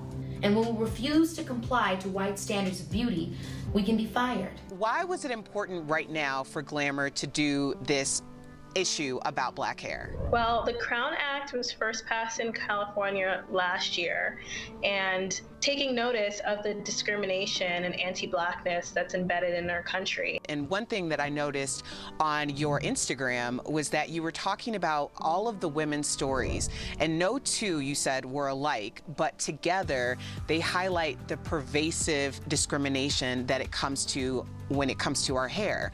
So have you experienced hair discrimination, and how does that affect you professionally? You think of doing your hair for a job interview, but if you're white and you have straight hair, you're never thinking, oh, is the texture of my hair going to stop me from getting this job? They're never thinking they have to do something extreme to make their hair suitable for a job interview. And as a Black woman with big kinky hair, for me, I definitely thought about it. Even though I've worked in accepting fields, I've always straightened my hair for job interviews up until this point in my life. For me, it was hiding behind a weave to the point where I didn't even know what my natural hair looked like. This is what this whole hair issue is about. It's about choice. If a Black woman, if you want to wear a weave or a wig or dye your hair blonde, you should have that choice, but you should also never feel like you need to wear a weave or you need to wear a wig or wear your hair straight. We are so creative when it comes to our hair. We've done so many interesting and amazing things with our hair that have completely changed everyone's style. Right, so diversity of expressions. This is a good time to talk about Adele breaking the internet, child. Because Adele came in with Bantu knots. Of course, she was commemorating and celebrating the Notting Hill Carnival. So it was for a reason, but people felt really strongly about whether it was appreciation or appropriation. So what are your thoughts on people who aren't Black wearing traditionally Black or African hairstyles? I want to start this by saying that tensions are really high right now, and I know that everyone wants to get this right, but I also think that we should be able to have these nuanced discussions about cultural appropriation versus appreciation without canceling anybody. From what I understand about that event, it was started to help, bridge those cultural divides and have everyone celebrate together. And that's what it is. It's cultural appreciation. And in Adele's case, that's what I see it as. So for all of our DBL viewers, please go to glamour.com to see the first Black hair issue for Glamour. And if you are so inclined to do so, we could really appreciate your support with the Crown Act. So go to thecrownact.com and sign the petition. Call your legislators. Do what you can, because we need all the allies that we can get. Ashley, thank you so much. Thank you so much for having me. Promotional consideration is brought to you by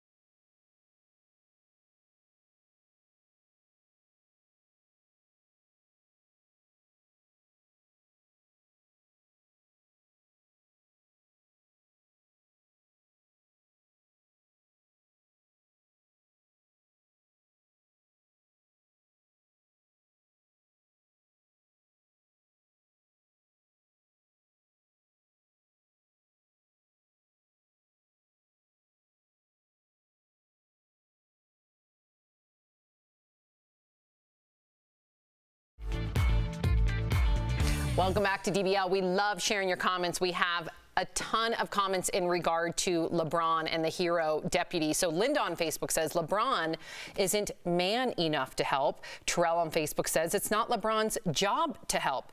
Kathy on Facebook, now a cop can't even sit in their car and be safe. Peggy on Facebook says we should be outraged, this is to Jeff's point, about anyone's lives being taken.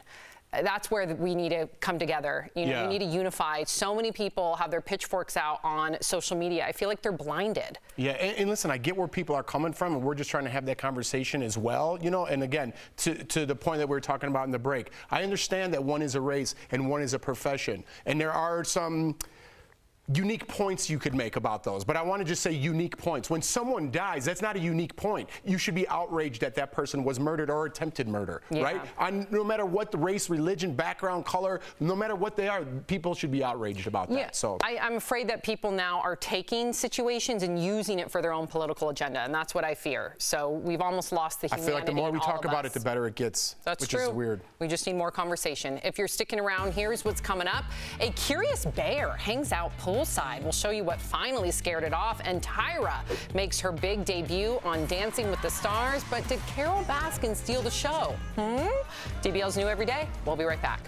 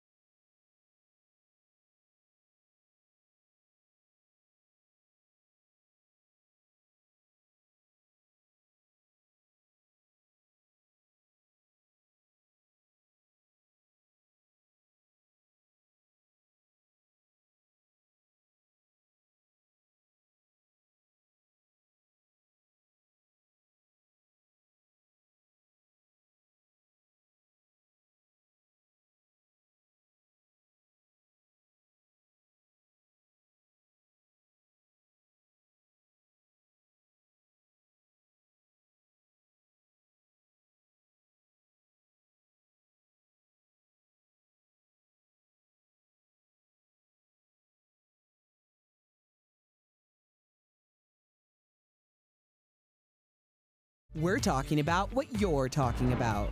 Real, honest, entertaining, live. DBL starts right now. 3, 2. Welcome to DBL. I am Sam here with Jeff, Erica, joining us from home. All right, you guys have a lot of opinions on last night's Dancing with the Stars. Tyra made her hosting debut of the new season, or on the new season rather, of Dancing with the Stars last night, replacing longtime host Tom Bergeron. Watch. I cannot believe it. I am finally here. You guys, my family and I have been fans of this show since day one. And look, Mama, I'm in the ballroom. I'm in the ballroom, and I get to say, welcome to Dancing with the Stars. All right, so a lot of you were applauding her. However, not everyone's a fan. One person tweeted, "Can Tyra please be the first one sent home?" Ooh, another one wrote, "The problem with Tyra Banks as a host is that you replace the heart of the show. Nothing against her, but it just sounds so off when you hear her voice instead of Tom Bergeron's. People want comfort. It's just a really poor decision." Okay, Erica, I'm going to start with you. Is Tyra the right host for this show? Will she grow into the role? Will people finally accept her?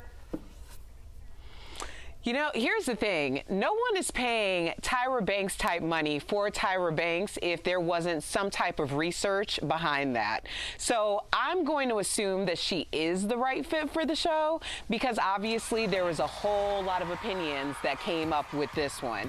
Tyra's fabulous no matter what she does, so maybe she's going to bring, you know, a little bit of spontaneity to the show. What do you think, Jeff? Well, I want to go off your point, Sam, Okay. because you were talking about comfort before we started the segment. Why don't you go off that and then I'll go on. Okay, so I love Tyra Banks, I do, but not for the host of this show, and I'll tell you why. Erica, don't hate me. I'm somebody that gets really into a routine of television watching, Dancing with the Stars, and I like to have my comfort, meaning like everything's predictable. That would mean Tom Bergeron's the host.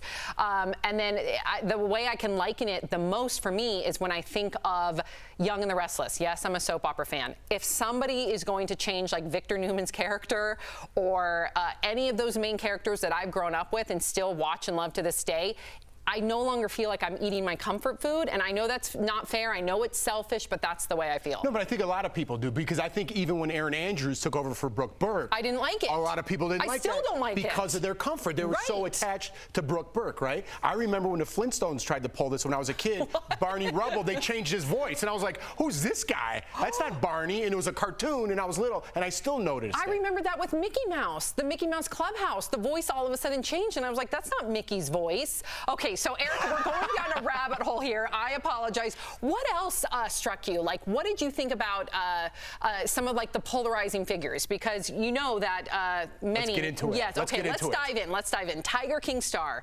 Carol Baskin danced the Paso Doble to the song Eye of the Tiger, but it wasn't enough to win the judges over. She earned an 11 out of 30, which, by the way, was the lowest score of the night. Adding further insult to injury, the family of her missing husband, Don Lewis, aired a commercial asking for information about his disappearance. Look. I'm Donna. I'm Don Lewis's oldest daughter. We need to know what happened to our father. Don Lewis mysteriously disappeared in 1997. His family deserves answers. They deserve justice. Do you know who did this or if Carol Baskin was involved? Wow, Carol Baskin has always denied any involvement in her former husband's disappearance. Erica, what do you think of Don Lewis's family calling her out? What did you make of her dancing? And how was she the biggest name on the marquee compared to like all the other big stars out there? Because we all want to know how this woman is a household name, and apparently she is under suspicion for the mysterious disappearance and possible murder, and she's dancing around a ballroom. That's why we want to know. And the fact that the family is asking these questions in this way is 1,000,000% appropriate, because if that was my father, I would be at the ballroom asking some serious questions live on air. Good for you, E. What did you think? Where's the cancel culture outrage? People get accused of something 20 years ago for something that they misspoke, missaid, whatever it may be. Their lives are over. This woman allegedly murdered her husband, and you get on Dancing with the Stars? Where is the outrage, cancel culture? It's interesting that you brought that up, right? Like, what constitutes everybody to come out with their pitchforks? To your point, this leads to our next story. Harry Potter author J.K. Rowling is embroiled in controversy yet again. So her new novel, Troubled Blood, hit the shelves today. It's written under her male pen name and deals with a man who dresses like a woman in order to kill his victims. That's the way it's described. But some people are upset over the book's subject matter and want the author to be canceled. In fact, the hashtag rest in peace, J.K. Rowling is trending as we speak, especially because some of her past controversial comments, like back in June, J.K. was accused of questioning the nature of gender identity and whether trans women were in fact real women. Okay, so I'm just going to break this down for all of you because I know that some of our viewers have already written in, like, what's going on with J.K. Rowling? Why is she being canceled? Why is this hashtag trending? And I'm going to have to simplify it for time's sake. So there's two huge sides to this, right? Very polarizing. You have one side that is defending J.K. Rowling, saying she's an author, she's a creative, she should be able to create her villains in her books any way that she sees fit without people assuming that she's painting an entire community with a broad brush and people shouldn't be labeling her nor canceling her. Then you have another side saying, well, you take her, first of all, the book no one's read, I should just say. Unless you're a critic, the book comes out today. It's not out yet. Yes, so all the people on social media with an opinion right now, they're going off the headlines, okay? So then you have this other side that is saying, okay, pointing to the fact that she's made transphobic comments in the past, and they're afraid that her book, the way that she describes this villain, is going to perpetuate transphobic behavior and negative thoughts in regard to, and negative stereotypes rather, in regard to trans people in the trans community. Now, here's how I want to direct this, because there's so much going on here. Erica, let me start with you. This is coming from someone that lives and breathes Harry Potter. I own the books, I read them all, I love them. They're up in my bookshelves as we speak. But I'm also a big supporter of trans rights, and I'm conflicted here. Let's say, worst case scenario, she is transphobic, whether it's malicious or whether it's just pure ignorance. Can you separate the art from the artist, kind of like that we've spoken before in regard to Michael Jackson and his allegations and his and appreciating his music? Well, let me put it this way from somebody who is actually sitting in prison right now. I cannot separate R. Kelly from the music. Cannot, won't not. That's it. But I think the point is that what I believe we're missing is that I think that this is all intentional. Back in June, nobody, not one person, not even a peep, asked J.K. Rowling about her ideas of trans people. But she came forward and started this whole stir and doubled down on it. And to kind of have some duality of thought, Daniel Radcliffe and Emma Watson brought up a lot of really great ally as well as advocacy groups like the Trevor Project, Mermaids Gender, and Mama's Cash. So at least we're getting some awareness. But I think this is very intentionally done, because I think that this was meant to kind of be a PR stunt and also to evoke some thought and conversation. But the way that it was done is very dismissive to the trans community. I will say this, if you have not seen the documentary Disclosure, Laverne Cox does such an amazing job in this documentary amongst so many other trans activists, actors, and actresses to really paint the picture of what this conversation is about and the effective erasure of trans people and their rights. It really shows you how Hollywood plays into it, how we have such a limited scope, and it's very educational for anyone who isn't understanding the grand scheme of this and wants to really understand further. Amen, Erica. I'd rather J.K. Rowling watch that and have a conversation than her be canceled.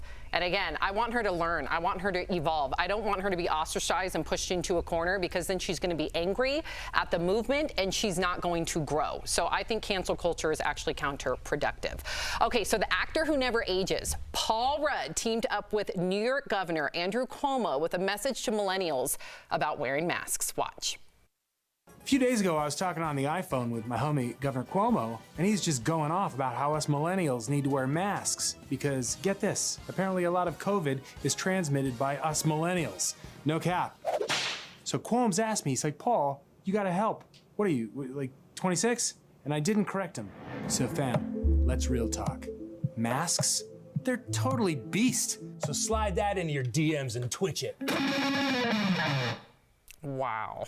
Did he owe Cuomo a favor for something? I know. What is he doing? What did you think? What do you mean? I just pretty much, I think you could look into that and see what I think. You're Paul Rudd. That's something I would do. You want to get $100? Sure, I'll do it. Well, maybe he's. Why is Paul Rudd doing that? It's a PSA, but I think it fell flat. Completely fell flat. I get it. Paul Rudd doesn't age. I understand it, but I don't like the idea of saying all millennials don't give to blanks. And would that, if you were a millennial, would that make you then want to wear a mask or hate Paul Rudd? Yeah, because then you're pushed into an Erica. Then again, to my point earlier, when you're pushed into a corner and talked down to and not talked to, it makes you mad at the movement. Right. You don't want to listen anymore.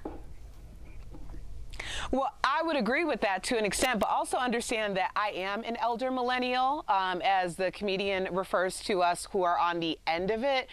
Remember, elder millennials are creeping up on 40, so I don't know what y'all talking about with all this millennial young people stuff. I know, right? With like the sideways hat. Was he trying to be like when he was young? I think he meant Generation Z. Who wears their pants like one leg up, remember? That was like when we thought we were cool. Wow. Yeah, I don't know, but I know he's trying to do good here, but I think it's falling on deaf ears. Should have broke out his Von Dutch hat. Oh, yikes, that'd be even more cringeworthy. Erica, don't go away. Coming up on DBL, caught on camera, a bear wanders into a pool while a man is fast asleep.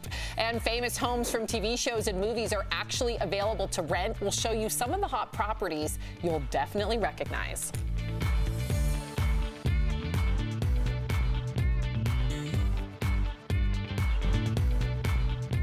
Tomorrow on DBL, from hospital security guard to doctor, a Louisiana man got his PhD in molecular oncology and is now in medical school. I was curious as to, how do you take care of a sick patient? How do you make sure that they make it home? And young, black, and sentenced to death. It's the shocking story of a 14-year-old boy executed more than 70 years ago. That's in True Crime Chronicles tomorrow on DBL. At Guild.com.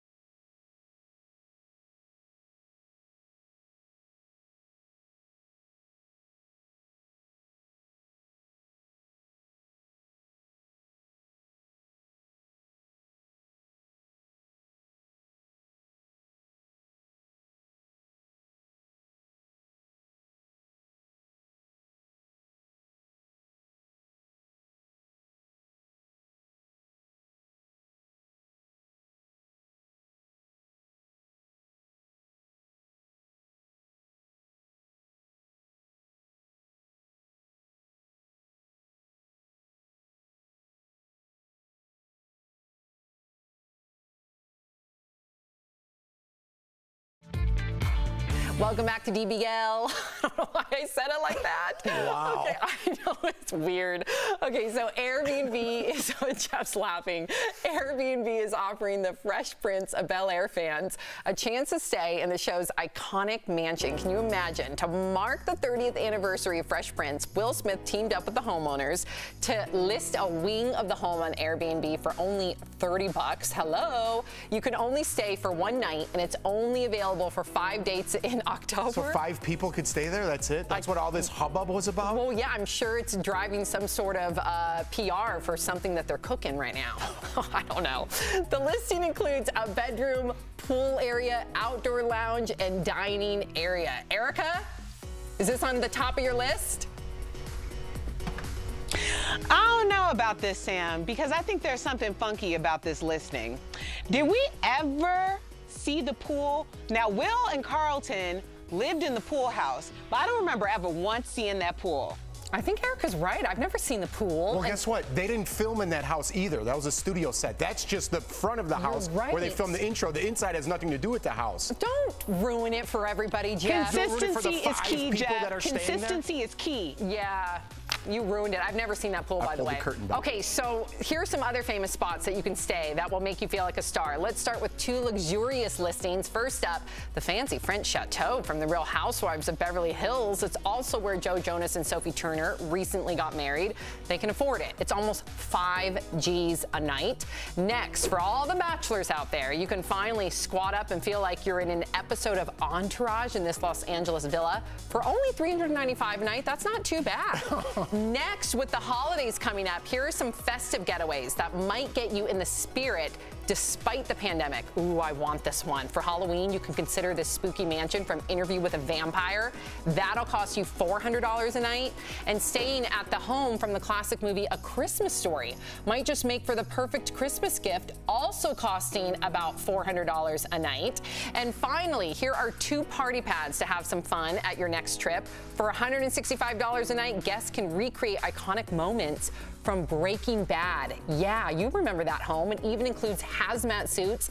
And how about this double-decker bus? It's the original Spice Girls bus from the movie Spice World. The hotel on wheels is parked within walking distance of pubs and is only $166 a night. Okay, so of all of those homes, where do you want to stay?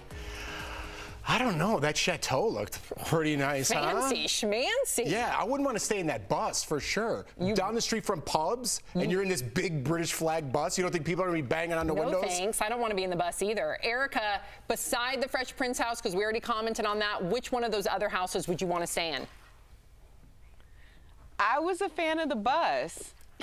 That seems like a unique experience. Everything else is just another room. What's going to happen at 2 a.m. when the pub's let out? What's going to happen when all of you have to share one bathroom on the back of the bus? And you know the rules on a bus. I know the rules on the bus. You know what I mean? I'm not allowed. Look them up.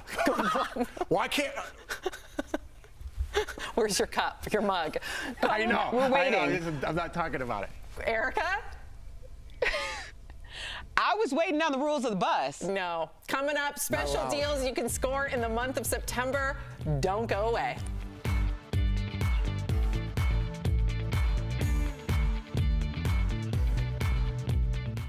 Hello, I'm William Shatner. And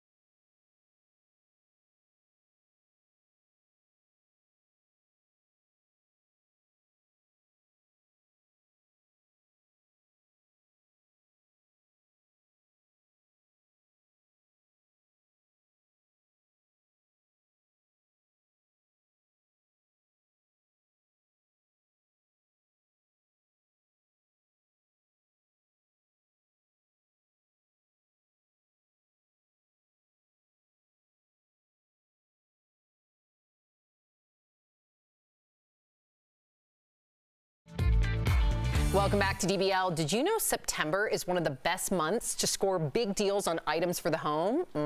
It's all part of today's Bang for Your Buck presented by The Hartford. So first, patio furniture. You guys, most stores reduce prices by as much as 50% to make space for new fall inventory. Second, mattresses. Stores are typically slashing as much as $600 off the price tag.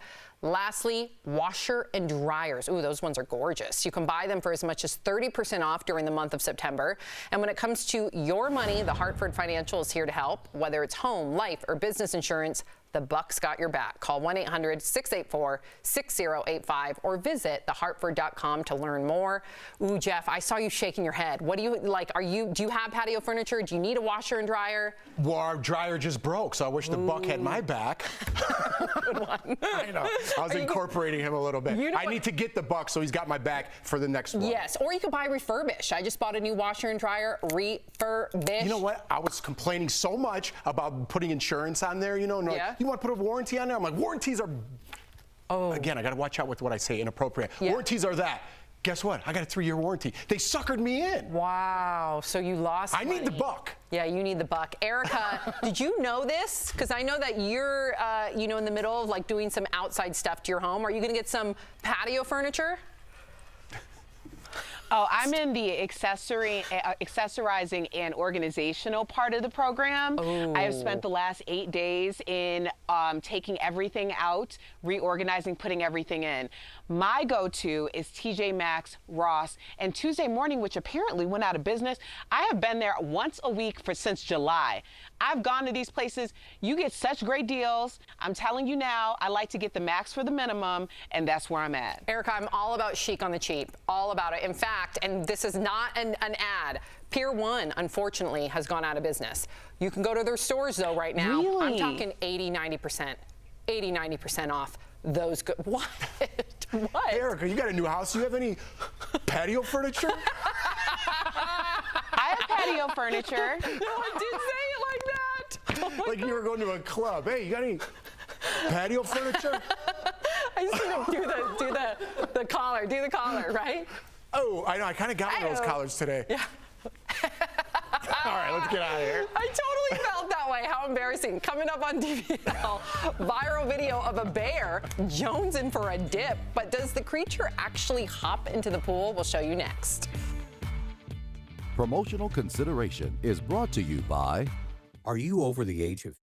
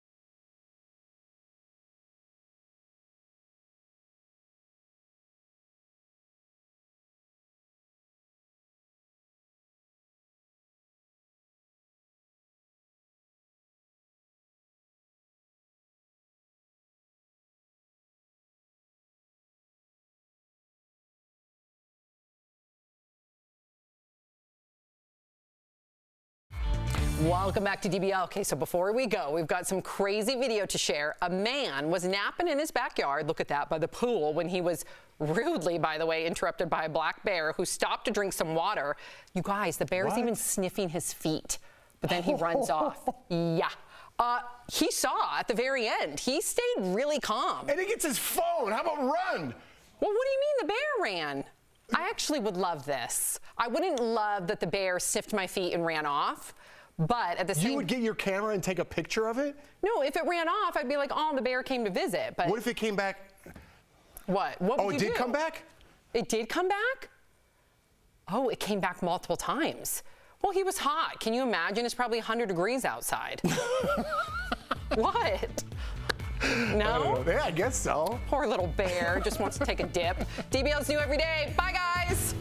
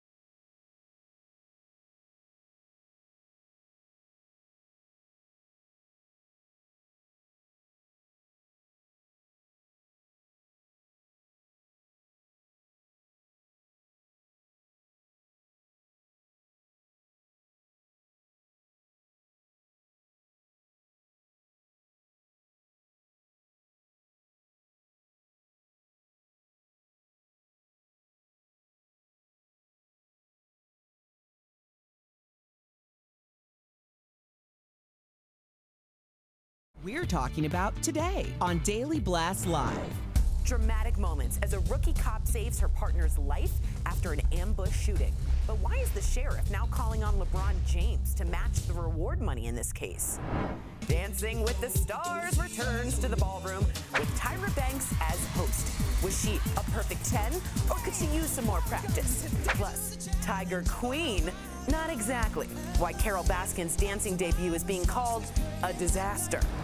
Houses made famous in movies and TV shows for rent. From The Fresh Prince to A Christmas Story, is your favorite place available for your next vacation? And Glamour magazine shines a spotlight on the beauty of black hair. I am not my hair, but my hair is a part of who I am. Real, honest, entertaining, live. DBL starts right now. 3, 2. Welcome to DBL. It is Tuesday, September 15th. I'm Sam here with Jeff. Erica joining us from home. Well, we are following the search for the person who shot two LA County Sheriff's deputies over the weekend. We're also learning new details about one of the deputies involved, a rookie and mother of one named Claudia Alpaltinar. She is a former librarian who just graduated from the police academy last year. There's new video from the scene. Well, a warning to our viewers, it is graphic. The video shows Alpaltinar rushing to save her partner after she was reportedly shot in the jaw and torso. Her partner had also been shot. She applied a tourniquet while calling for help. They are both expected to survive. Right now, there is a $175,000 reward for the arrest and conviction of the shooter who ambushed the deputies sitting in their patrol car. Meantime, LA County Sheriff Alex Villanueva challenged LeBron James to match and double the reward money, saying, quote, "We need to appreciate that respect for life goes across all professions." Erica, I know I just, handed you almost two separate issues, right? We have the new video that's come to light, and you see the heroic efforts of that female officer. So I want to know your thoughts on that, and then I also want to know your thoughts on the sheriff asking LeBron to put up money. Well, obviously, what we're seeing is true heroism in the midst of a heinous act. No one wants to see anyone be ambushed in this way. We don't want to see law enforcement who obviously are protecting and serving their community under attack. When we're putting or conflating these two in terms of the sheriff asking LeBron James to match that donation, that feels like that was a very personal thing in terms of what the sheriff is feeling about LeBron James' social justice actions. And in the long run, that kind of opens the door to a negotiation of sorts. And when you bring someone in who has obviously been very vocal about social justice and wanting there to be change and encourage them to make a monetary donation, then you're kind of opening up the door to have a broader conversation about what true reform in policing would mean. So I think this is a very interesting act because this is a very public negotiation table at this point. So I'm waiting to see what LeBron James has to say about it, because obviously there isn't going to be a conversation had if both sides aren't coming to sit down and open up the broader issue. And I hope that they do. Do you have the same hope for them? What are your thoughts on everything that Erica just talked about? Well, I don't like the sheriff calling out LeBron James for sure, putting him on the spot. LeBron is going through his own social justice thing. He's doing a lot for BLM, and he's got enough on his plate, right? You can't just all of a sudden something happens and, oh, LeBron's got money, I'm going to ask him to do something about it.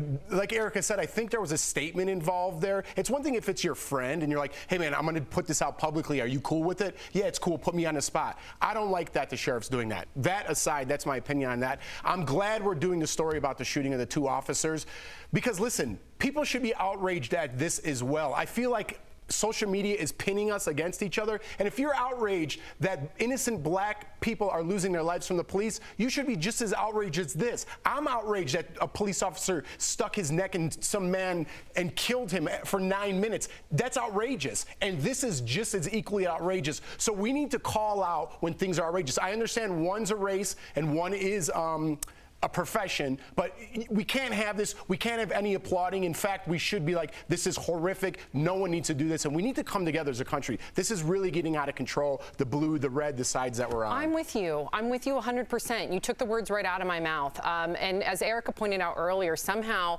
social media is trying to conflate the two issues. And I just hope that everybody can not fall victim to that and really try to put themselves in the shoes of the officer, as well as put themselves in the shoes of some of the unarmed, black men and women who have been killed by the hands of police officers, and come together and want reform, of course, when it comes to police brutality, but also call something out when it is blatant murder, like what we saw with this police officer and that woman's heroic efforts. Bravo to her. I guess I can't say murder because he did not die. Am I right? They're both expected to survive. Thank God. Correct. So let me just clarify that. They are both expected to survive, and we pray that they do. Our thoughts and prayers are with them. The city of Louisville, yeah. Louisville. Yeah. Gosh, I always get that one wrong. Is settling a wrongful death lawsuit. So brought by the family of Breonna Taylor, the city has agreed to pay the family $12 million and institute reforms, hoping to prevent similar situations. According to the New York Times, the family sued the city after police officers broke down the door to her apartment and fatally shot her during a late-night no-knock raid. None of the 3 officers involved have been charged, but a grand jury is investigating. Erica, this has been slow. I can't even say slow justice. I mean, I'm happy that the family has reached a settlement. I hope that they are satisfied. I know that their attorney says they're satisfied, but considering that there has been no arrests yet. How do you grapple with that? Well, you know, this is hard because obviously there's so little closure in this case, especially when there's been so many cries for justice and nothing has seemingly been done. I understand that a settlement closes one chapter of it, but it doesn't close the entire thing. I think that it was interesting that a part of the settlement was a vow for serious and concrete police reform, which ultimately issue. In terms of the money, though, you have to also remember that her boyfriend, Kenneth Walker, a lot of us spent our own money and donated to get him his legal funds, to get him out of jail. He has served more punishment than the people who were involved in this erroneously served no-knock warrant. We've seen one officer out of the 3 fired. We have Breonna's law, which indicates that something went terribly wrong and it was illegal and unlawful. And now you have a $12 million settlement. That screams that this was not law and order and that justice needs to be served. So it's like everything around justice is happening, but the actual arresting the cops who killed Breonna isn't happening. And I'm just going to say this from my own point of view. I do believe that the reason why justice is coming so slow is because the police officers are just a facade for the bigger picture of how corrupt this entire investigation has been and why. Wow. Jeff? Yeah, I mean, just to clear things up, Erica said it all right there, but a civil suit is where they're going to get their money, right? If you look back to the OJ case, everyone could understand that. He still owes the Goldmans a lot of money. He lost his civil suit, but the criminal suit he was not guilty of. So these officers in this particular case have not been in criminal court yet. They will have their day in court, but I just want to make sure everyone's sure on that. This case is not over. It's still open. I'm glad you mentioned that because we did get a few comments earlier I was reading where people were confused and almost saying to the point, Erica, that, you know, if she settled, or her family rather, I should say, if her family settled, doesn't that admit guilt in some way? Erica, I want you to speak to that because I've read a few of those comments. Well, I would just ask, how many times have we seen something, seen a civil case settled before there was ever justice served and the grand jury is still convening in the legal case, the criminal case? So to me, yes, it does speak to there being erroneous behavior. It does speak to there needing to be justice. We have a law based on this incident that was enacted because it was so, ill-served. Right. And so, yes, it's like... And the law, just for our viewers to know, you cannot just barge into a house, not knock. They're called no-knock warrants. You cannot do that anymore. And also, you can't be in plain clothes. Because can you imagine anymore? Can you imagine being in your home and people just in plain clothes go through your home and they have guns in their hand? You would think that you're being robbed. You think that you're being killed. You're going to defend your family. Right. I mean, listen, Sam, this is something for the lawyers to decide. None of us are lawyers on here. I don't know how this is going to end up, but I know. You know, it's not going to end up well. Yeah. I should say. You know, no matter what the verdict is, there will be outrage on some side. Right. Right. But a young woman, a really incredible young woman, lost not her to life. take away from any of that. Course. I'm just talking legally. Yep. Erica, stick around. Coming up on DBL, as wildfires ravage the western part of the country, our medical expert, Dr. Patio Coley, is here to tell us what we need to know about the smoke danger. Plus, Glamour magazine is going all in on black hair. It's the new campaign to end the age-old problem of hair discrimination.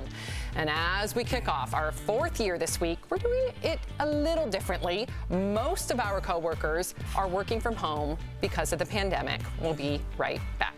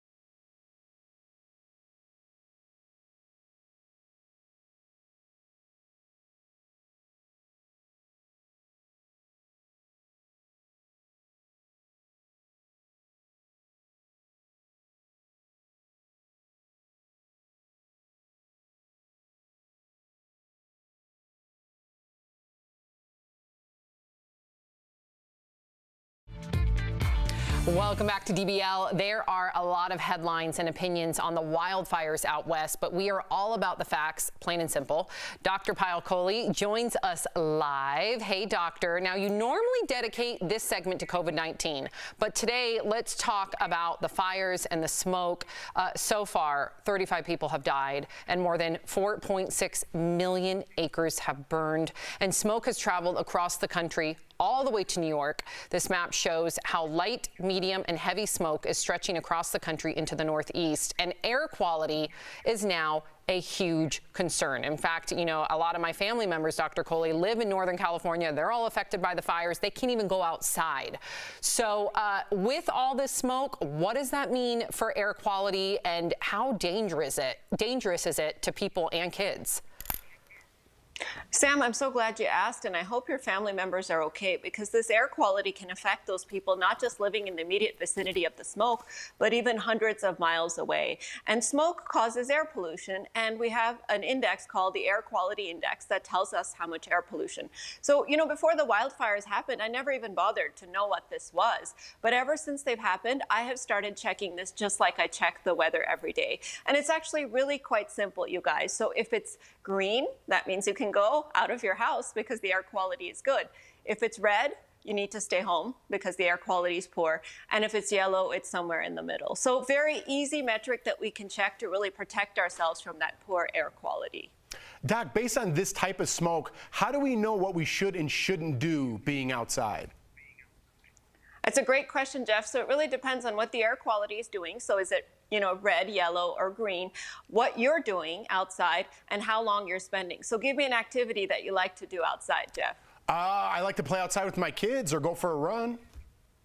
Run. Okay, so running is a good one because a lot of people exercise outdoors and we don't realize, but when we're exercising, we breathe harder and faster. So we're actually taking in more of those pollutants, and the dose of those pollutants is higher. So if the air quality is red, Jeff, no time outside with kids, no running. But if it's green or yellow, you can go outside as long as you limit the time outside. And I got to tell you, Doc, chasing two little boys, you're out of breath as well. But good advice. So true.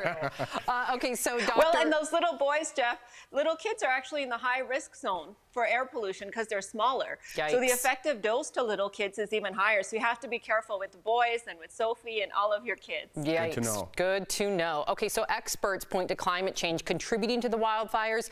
But I want to hear you speak on this because, you know, I do read all of our comments and we have people still confused by it. They'll say, well, fires always happen. How does climate change impact or amplify the effects of a fire? So what it's done, Sam, is created drier, hotter, and less moisture. And that's really what's resulted in fire spreading. In fact, studies have shown there's been a doubling of fires from 1984 to 2015 because of climate change. Well, there you go. We appreciate you, Doctor. You will be back tomorrow to talk about coronavirus. So, DBL Nation, if you have a question about coronavirus you want answered by Dr. Coley, write us on social media. You can also email info@dailyblastlive.com. Thank you, Dr. Coley. We'll be right back.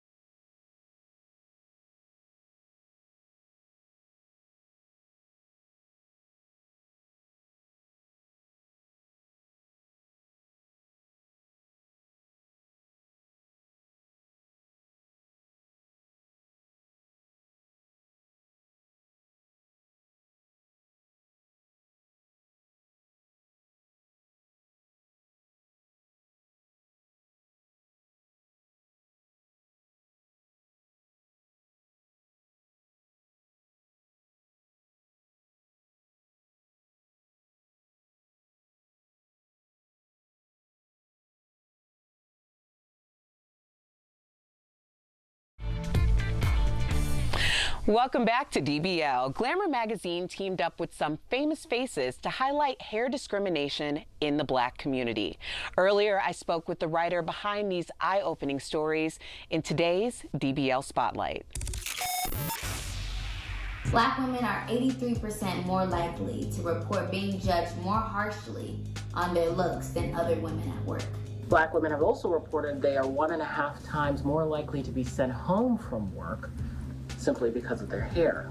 And when we refuse to comply to white standards of beauty, we can be fired. Why was it important right now for Glamour to do this issue about Black hair? Well, the Crown Act was first passed in California last year, and taking notice of the discrimination and anti-Blackness that's embedded in our country. And one thing that I noticed on your Instagram was that you were talking about all of the women's stories, and no two, you said, were alike, but together they highlight the pervasive discrimination that it comes to when it comes to our hair. So have you experienced hair discrimination, and how does that affect you professionally? You think of doing your hair for a job interview, but if you're white and you have straight hair, you're never thinking, oh, is the texture of my hair going to stop me from getting this job? They're never thinking they have to do something extreme to make their hair suitable for a job interview. And as a Black woman with big kinky hair, for me, I definitely thought about it. Even though I've worked in accepting fields, I've always straightened my hair for job interviews up until this point in my life. For me, it was hiding behind a weave to the point where I didn't even know what my natural hair looked like. This is what this whole hair issue is about. It's about choice. If a Black woman, if you want to wear a weave or a wig or dye your hair blonde, you should have that choice, but you should also never feel like you need to wear a weave or you need to wear a wig or wear your hair straight. We are so creative when it comes to our hair. We've done so many interesting and amazing things with our hair that have completely changed everyone's style. Right, so diversity of expressions. This is a good time to talk about Adele breaking the internet, child. Because Adele came in with Bantu knots. And of course, she was commemorating and celebrating the Notting Hill Carnival. So it was for a reason, but people felt really strongly about whether it was appreciation or appropriation. So what are your thoughts on people who aren't Black wearing traditionally Black or African hairstyles?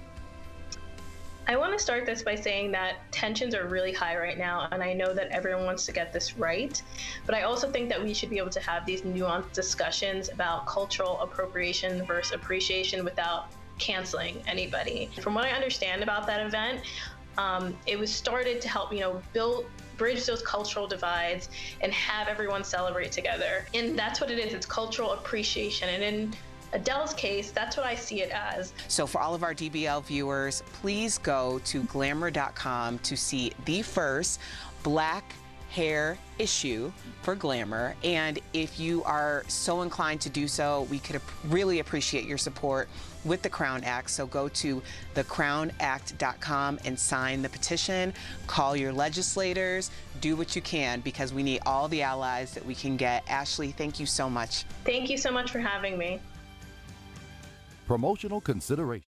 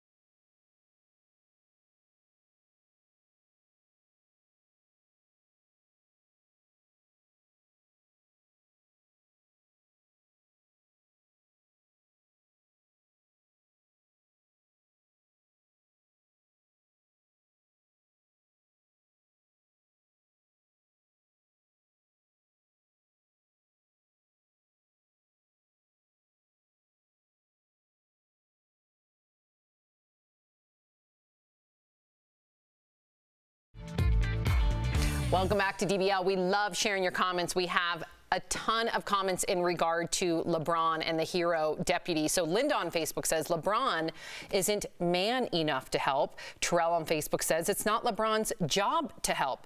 Kathy on Facebook, now a cop can't even sit in their car and be safe. Peggy on Facebook says we should be outraged, this is to Jeff's point, about anyone's lives being taken. That's where we need to come together. You know, we need to unify. So many people have their pitchforks out on social media. I feel like they're blinded. Yeah, and listen, I get where people are coming from, and we're just trying to have that conversation as well. You know, and again, to the point that we were talking about in the break, I understand that one is a race and one is a profession, and there are some unique points you could make about those, but I want to just say unique points. When someone dies, that's not a unique point. You should be outraged that that person was murdered or attempted murder, right? No matter what the race, religion, background, color, no matter what they are, people should be outraged about that. So I'm afraid that people now are taking situations and using it for their own political agenda, and that's what I fear. So we've almost lost the humanity. I feel like the more we talk about it, the better it gets. That's true. Which is weird. We just need more conversation. If you're sticking around, here's what's coming up. A curious bear hangs out poolside. We'll show you what finally scared it off. And Tyra makes her big debut on Dancing with the Stars. But did Carol Baskin steal the show? DBL's new every day. We'll be right back.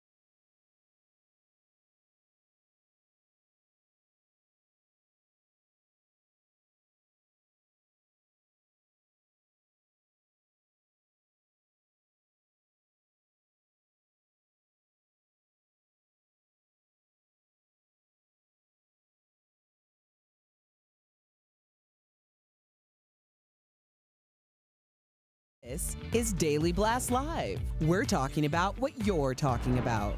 Real, honest, entertaining, live. DBL starts right now. 3, 2. Welcome to DBL. I am Sam here with Jeff, Erica, joining us from home. All right, you guys have a lot of opinions on last night's Dancing with the Stars. Tyra made her hosting debut of the new season, or on the new season rather, of Dancing with the Stars last night, replacing longtime host Tom Bergeron. Watch.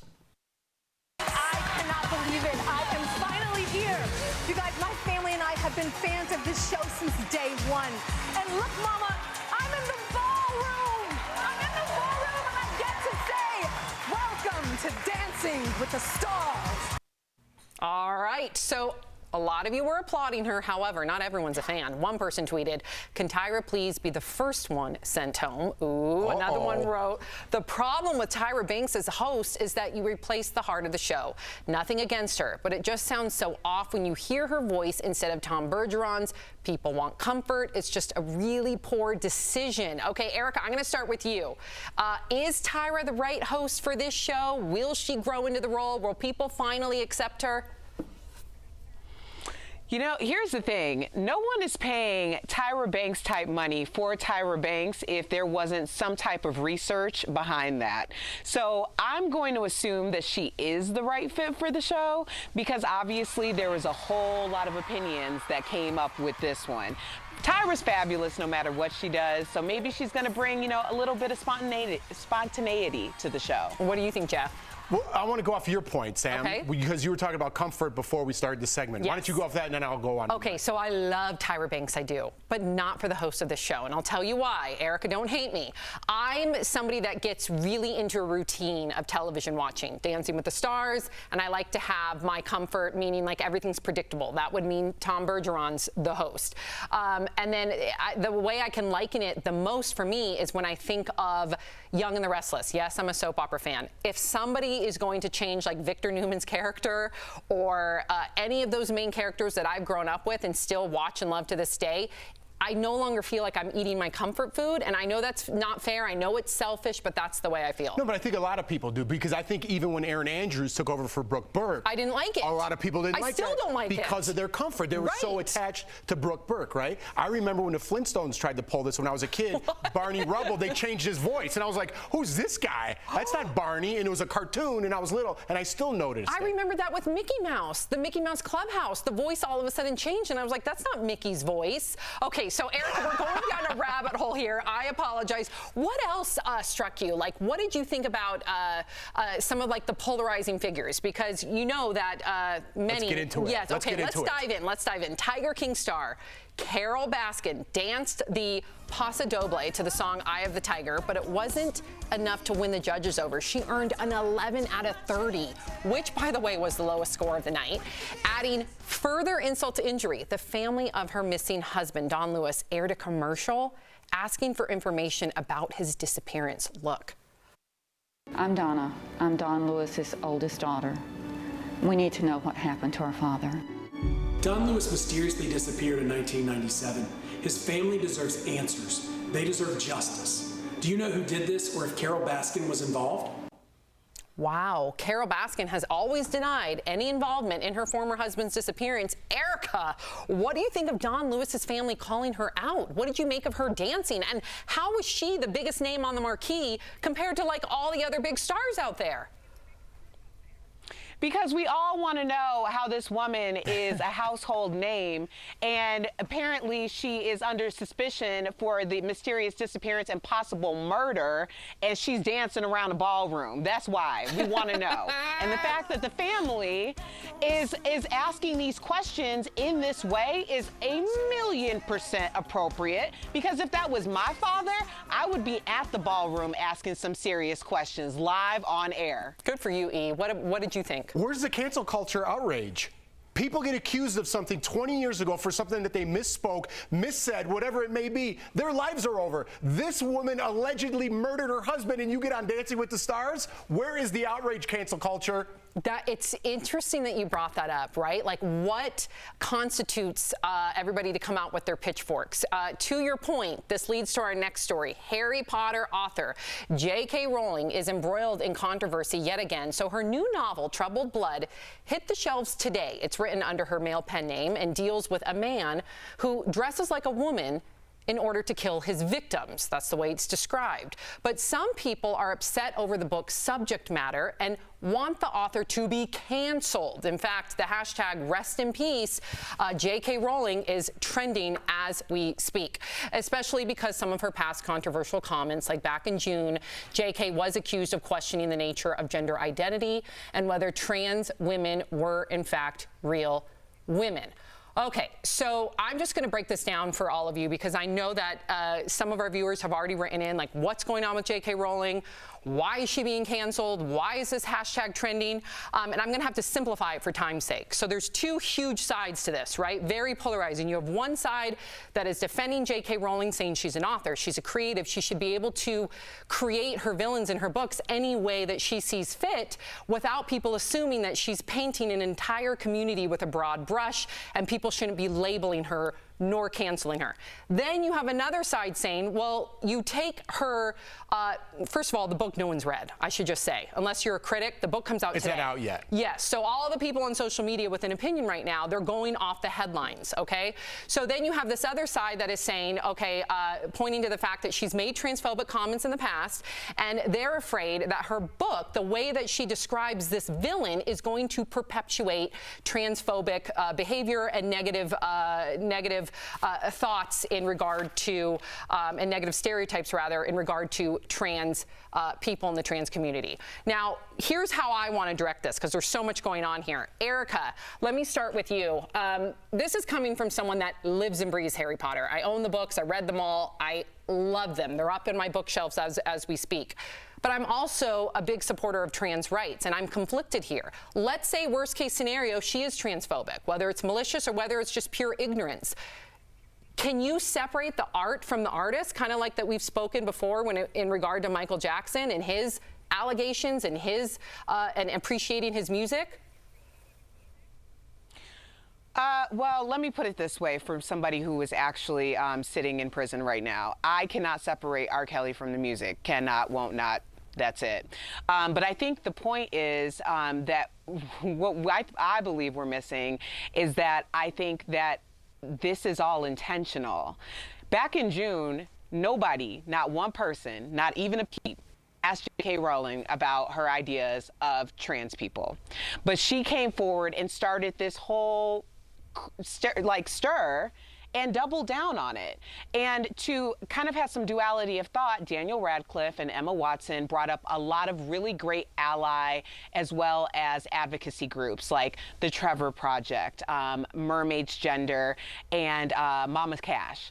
So at least we're getting some awareness. But I think this is very intentionally done, because I think that this was meant to kind of be a PR stunt and also to evoke some thought and conversation. But the way that it was done is very dismissive to the trans community. I will say this, if you have not seen the documentary Disclosure, Laverne Cox does such an amazing job in this documentary amongst so many other trans activists, actors and actresses to really paint the picture of what this conversation is about and the effective erasure of trans people and their rights.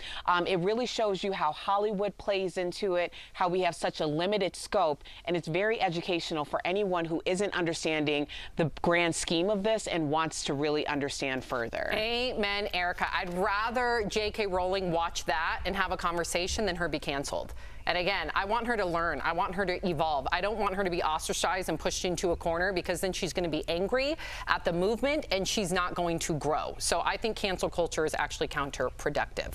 Okay, so the actor who never ages, Paul Rudd, teamed up with New York Governor Andrew Cuomo with a message to millennials about wearing masks. Watch. A few days ago, I was talking on the iPhone with my homie, Governor Cuomo, and he's just going off about how us millennials need to wear masks because, get this, apparently a lot of COVID is transmitted by us millennials. No cap. So Cuomo's asked me, he's like, Paul, you gotta help. What are you, like 26? And I didn't correct him.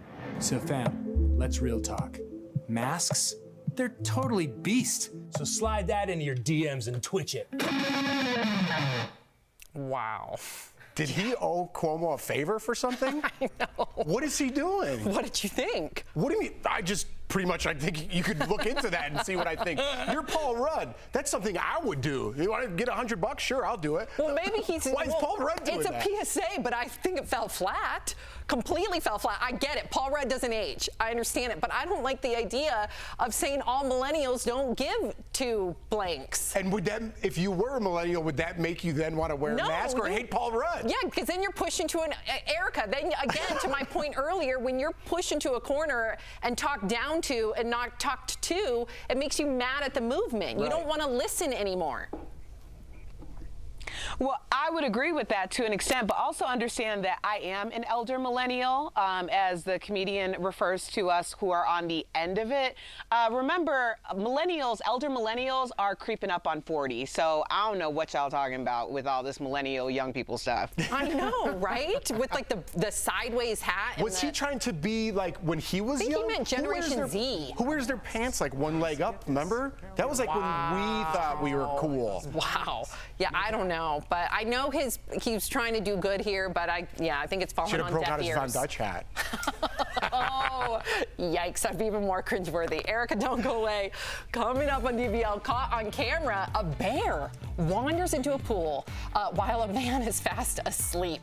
And famous homes from TV shows and movies are actually available to rent. We'll show you some of the hot properties you'll definitely recognize.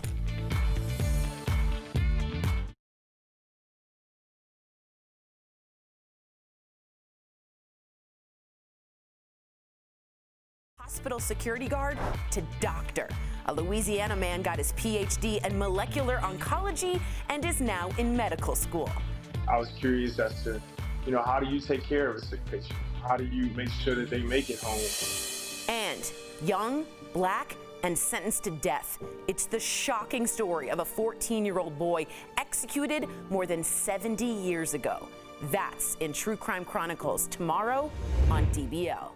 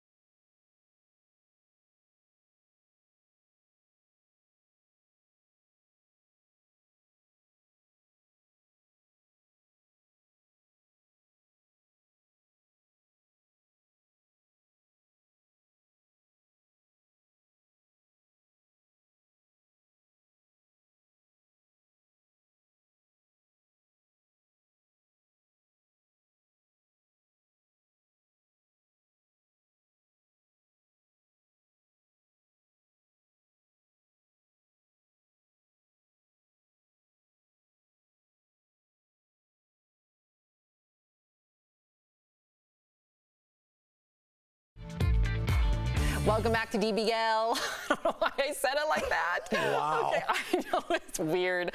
Okay, so Airbnb is, Jeff's laughing. Airbnb is offering the Fresh Prince of Bel-Air fans a chance to stay in the show's iconic mansion. Can you imagine? To mark the 30th anniversary of Fresh Prince, Will Smith teamed up with the homeowners to list a wing of the home on Airbnb for only $30. Hello. You can only stay for one night, and it's only available for 5 dates in October. So 5 people could stay there? That's it? That's what all this hubbub was about? Well, yeah, I'm sure it's driving some sort of PR for something that they're cooking right now. I don't know. The listing includes a bedroom, pool area, outdoor lounge, and dining area. Erica, is this on the top of your list? I don't know about this, Sam, because I think there's something funky about this listing. Did we ever see the pool? Now, Will and Carlton lived in the pool house, but I don't remember ever once seeing that pool.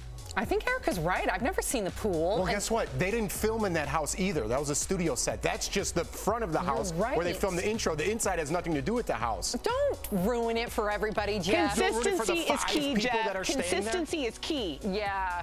You ruined it. I've never seen that pool, by the way. Okay, so here's some other famous spots that you can stay that will make you feel like a star. Let's start with two luxurious listings. First up, the fancy French Chateau from the Real Housewives of Beverly Hills. It's also where Joe Jonas and Sophie Turner recently got married. They can afford it. It's almost 5 G's a night.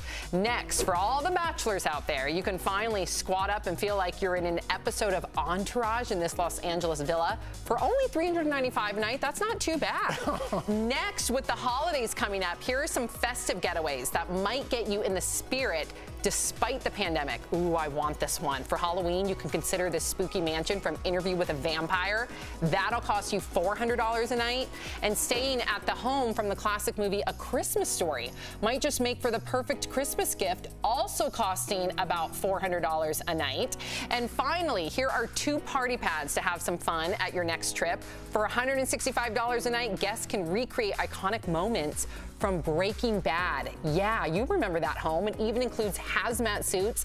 And how about this double-decker bus? It's the original Spice Girls bus from the movie Spice World. The hotel on wheels is parked within walking distance of pubs and is only $166 a night. Okay, so of all of those homes, where do you want to stay?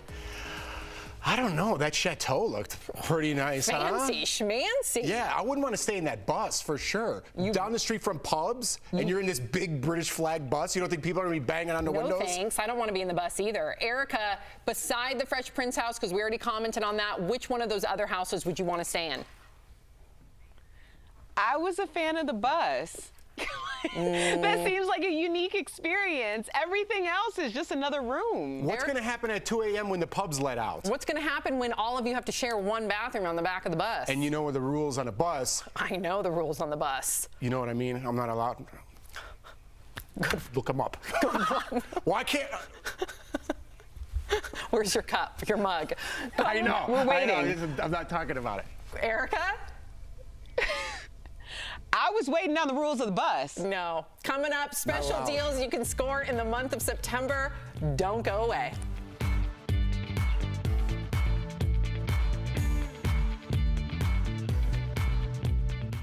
Hello, I want to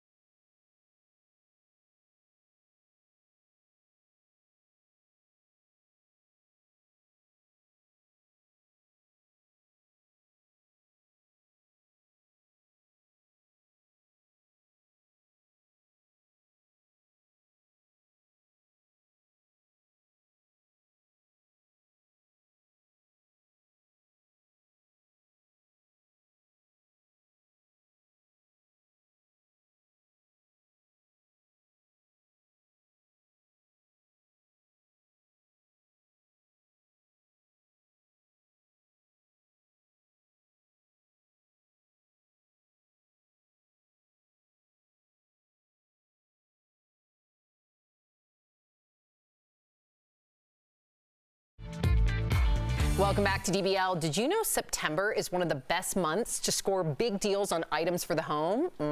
It's all part of today's Bang for Your Buck presented by The Hartford. So first, patio furniture. You guys, most stores reduce prices by as much as 50% to make space for new fall inventory. Second, mattresses. Stores are typically slashing as much as $600 off the price tag.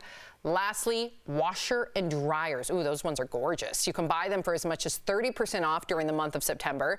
And when it comes to your money, the Hartford Financial is here to help. Whether it's home, life, or business insurance, the Buck's got your back. Call 1-800-684-6085 or visit thehartford.com to learn more. Ooh, Jeff, I saw you shaking your head. What do you like? Do you have patio furniture? Do you need a washer and dryer? Well, our dryer just broke, so I wish the Buck had my back. Good one. I know. I was incorporating him a little bit. I need to get the Buck so he's got my back for the next one. Yes, or you could buy refurbish. I just bought a new washer and dryer, refurbish. You know what? I was complaining so much about putting insurance on there, you know. Yeah. You want to put a warranty on there? I'm like, warranties are, again, I got to watch out with what I say, inappropriate. Yeah. Warranties are that. Guess what? I got a 3-year warranty. They suckered me in. Wow. So you lost money. I need the Buck. Yeah, you need the Buck. Erica, did you know this? Because I know that you're, in the middle of like doing some outside stuff to your home. Are you going to get some patio furniture? Oh, I'm in the accessorizing and organizational part of the program. Ooh. I have spent the last 8 days in taking everything out, reorganizing, putting everything in. My go-to is TJ Maxx, Ross, and Tuesday Morning, which apparently went out of business. I have been there once a week since July. I've gone to these places. You get such great deals. I'm telling you now, I like to get the max for the minimum, and that's where I'm at. Erica, I'm all about chic on the cheap, all about it. In fact, and this is not an ad, Pier 1, unfortunately, has gone out of business. You can go to their stores, though, right now. Really? I'm talking 80-90% off those good. What? What? Erica, you got a new house. Do you have any patio furniture? I have patio furniture. No, I did say it like that. Oh like you were going to a club. Hey, you got any patio furniture? I just need to do the collar. Do the collar, right? Oh, I know. I kind of got one of those collars today. Yeah. All right, let's get out of here. I totally felt that way. How embarrassing. Coming up on DBL, viral video of a bear jonesing for a dip. But does the creature actually hop into the pool? We'll show you next. Promotional consideration is brought to you by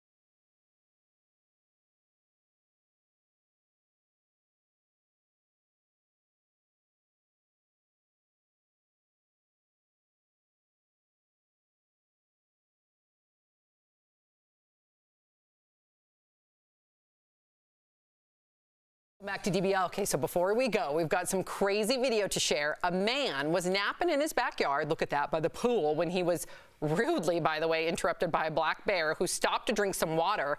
You guys, the bear's even sniffing his feet, but then he runs off. Yeah.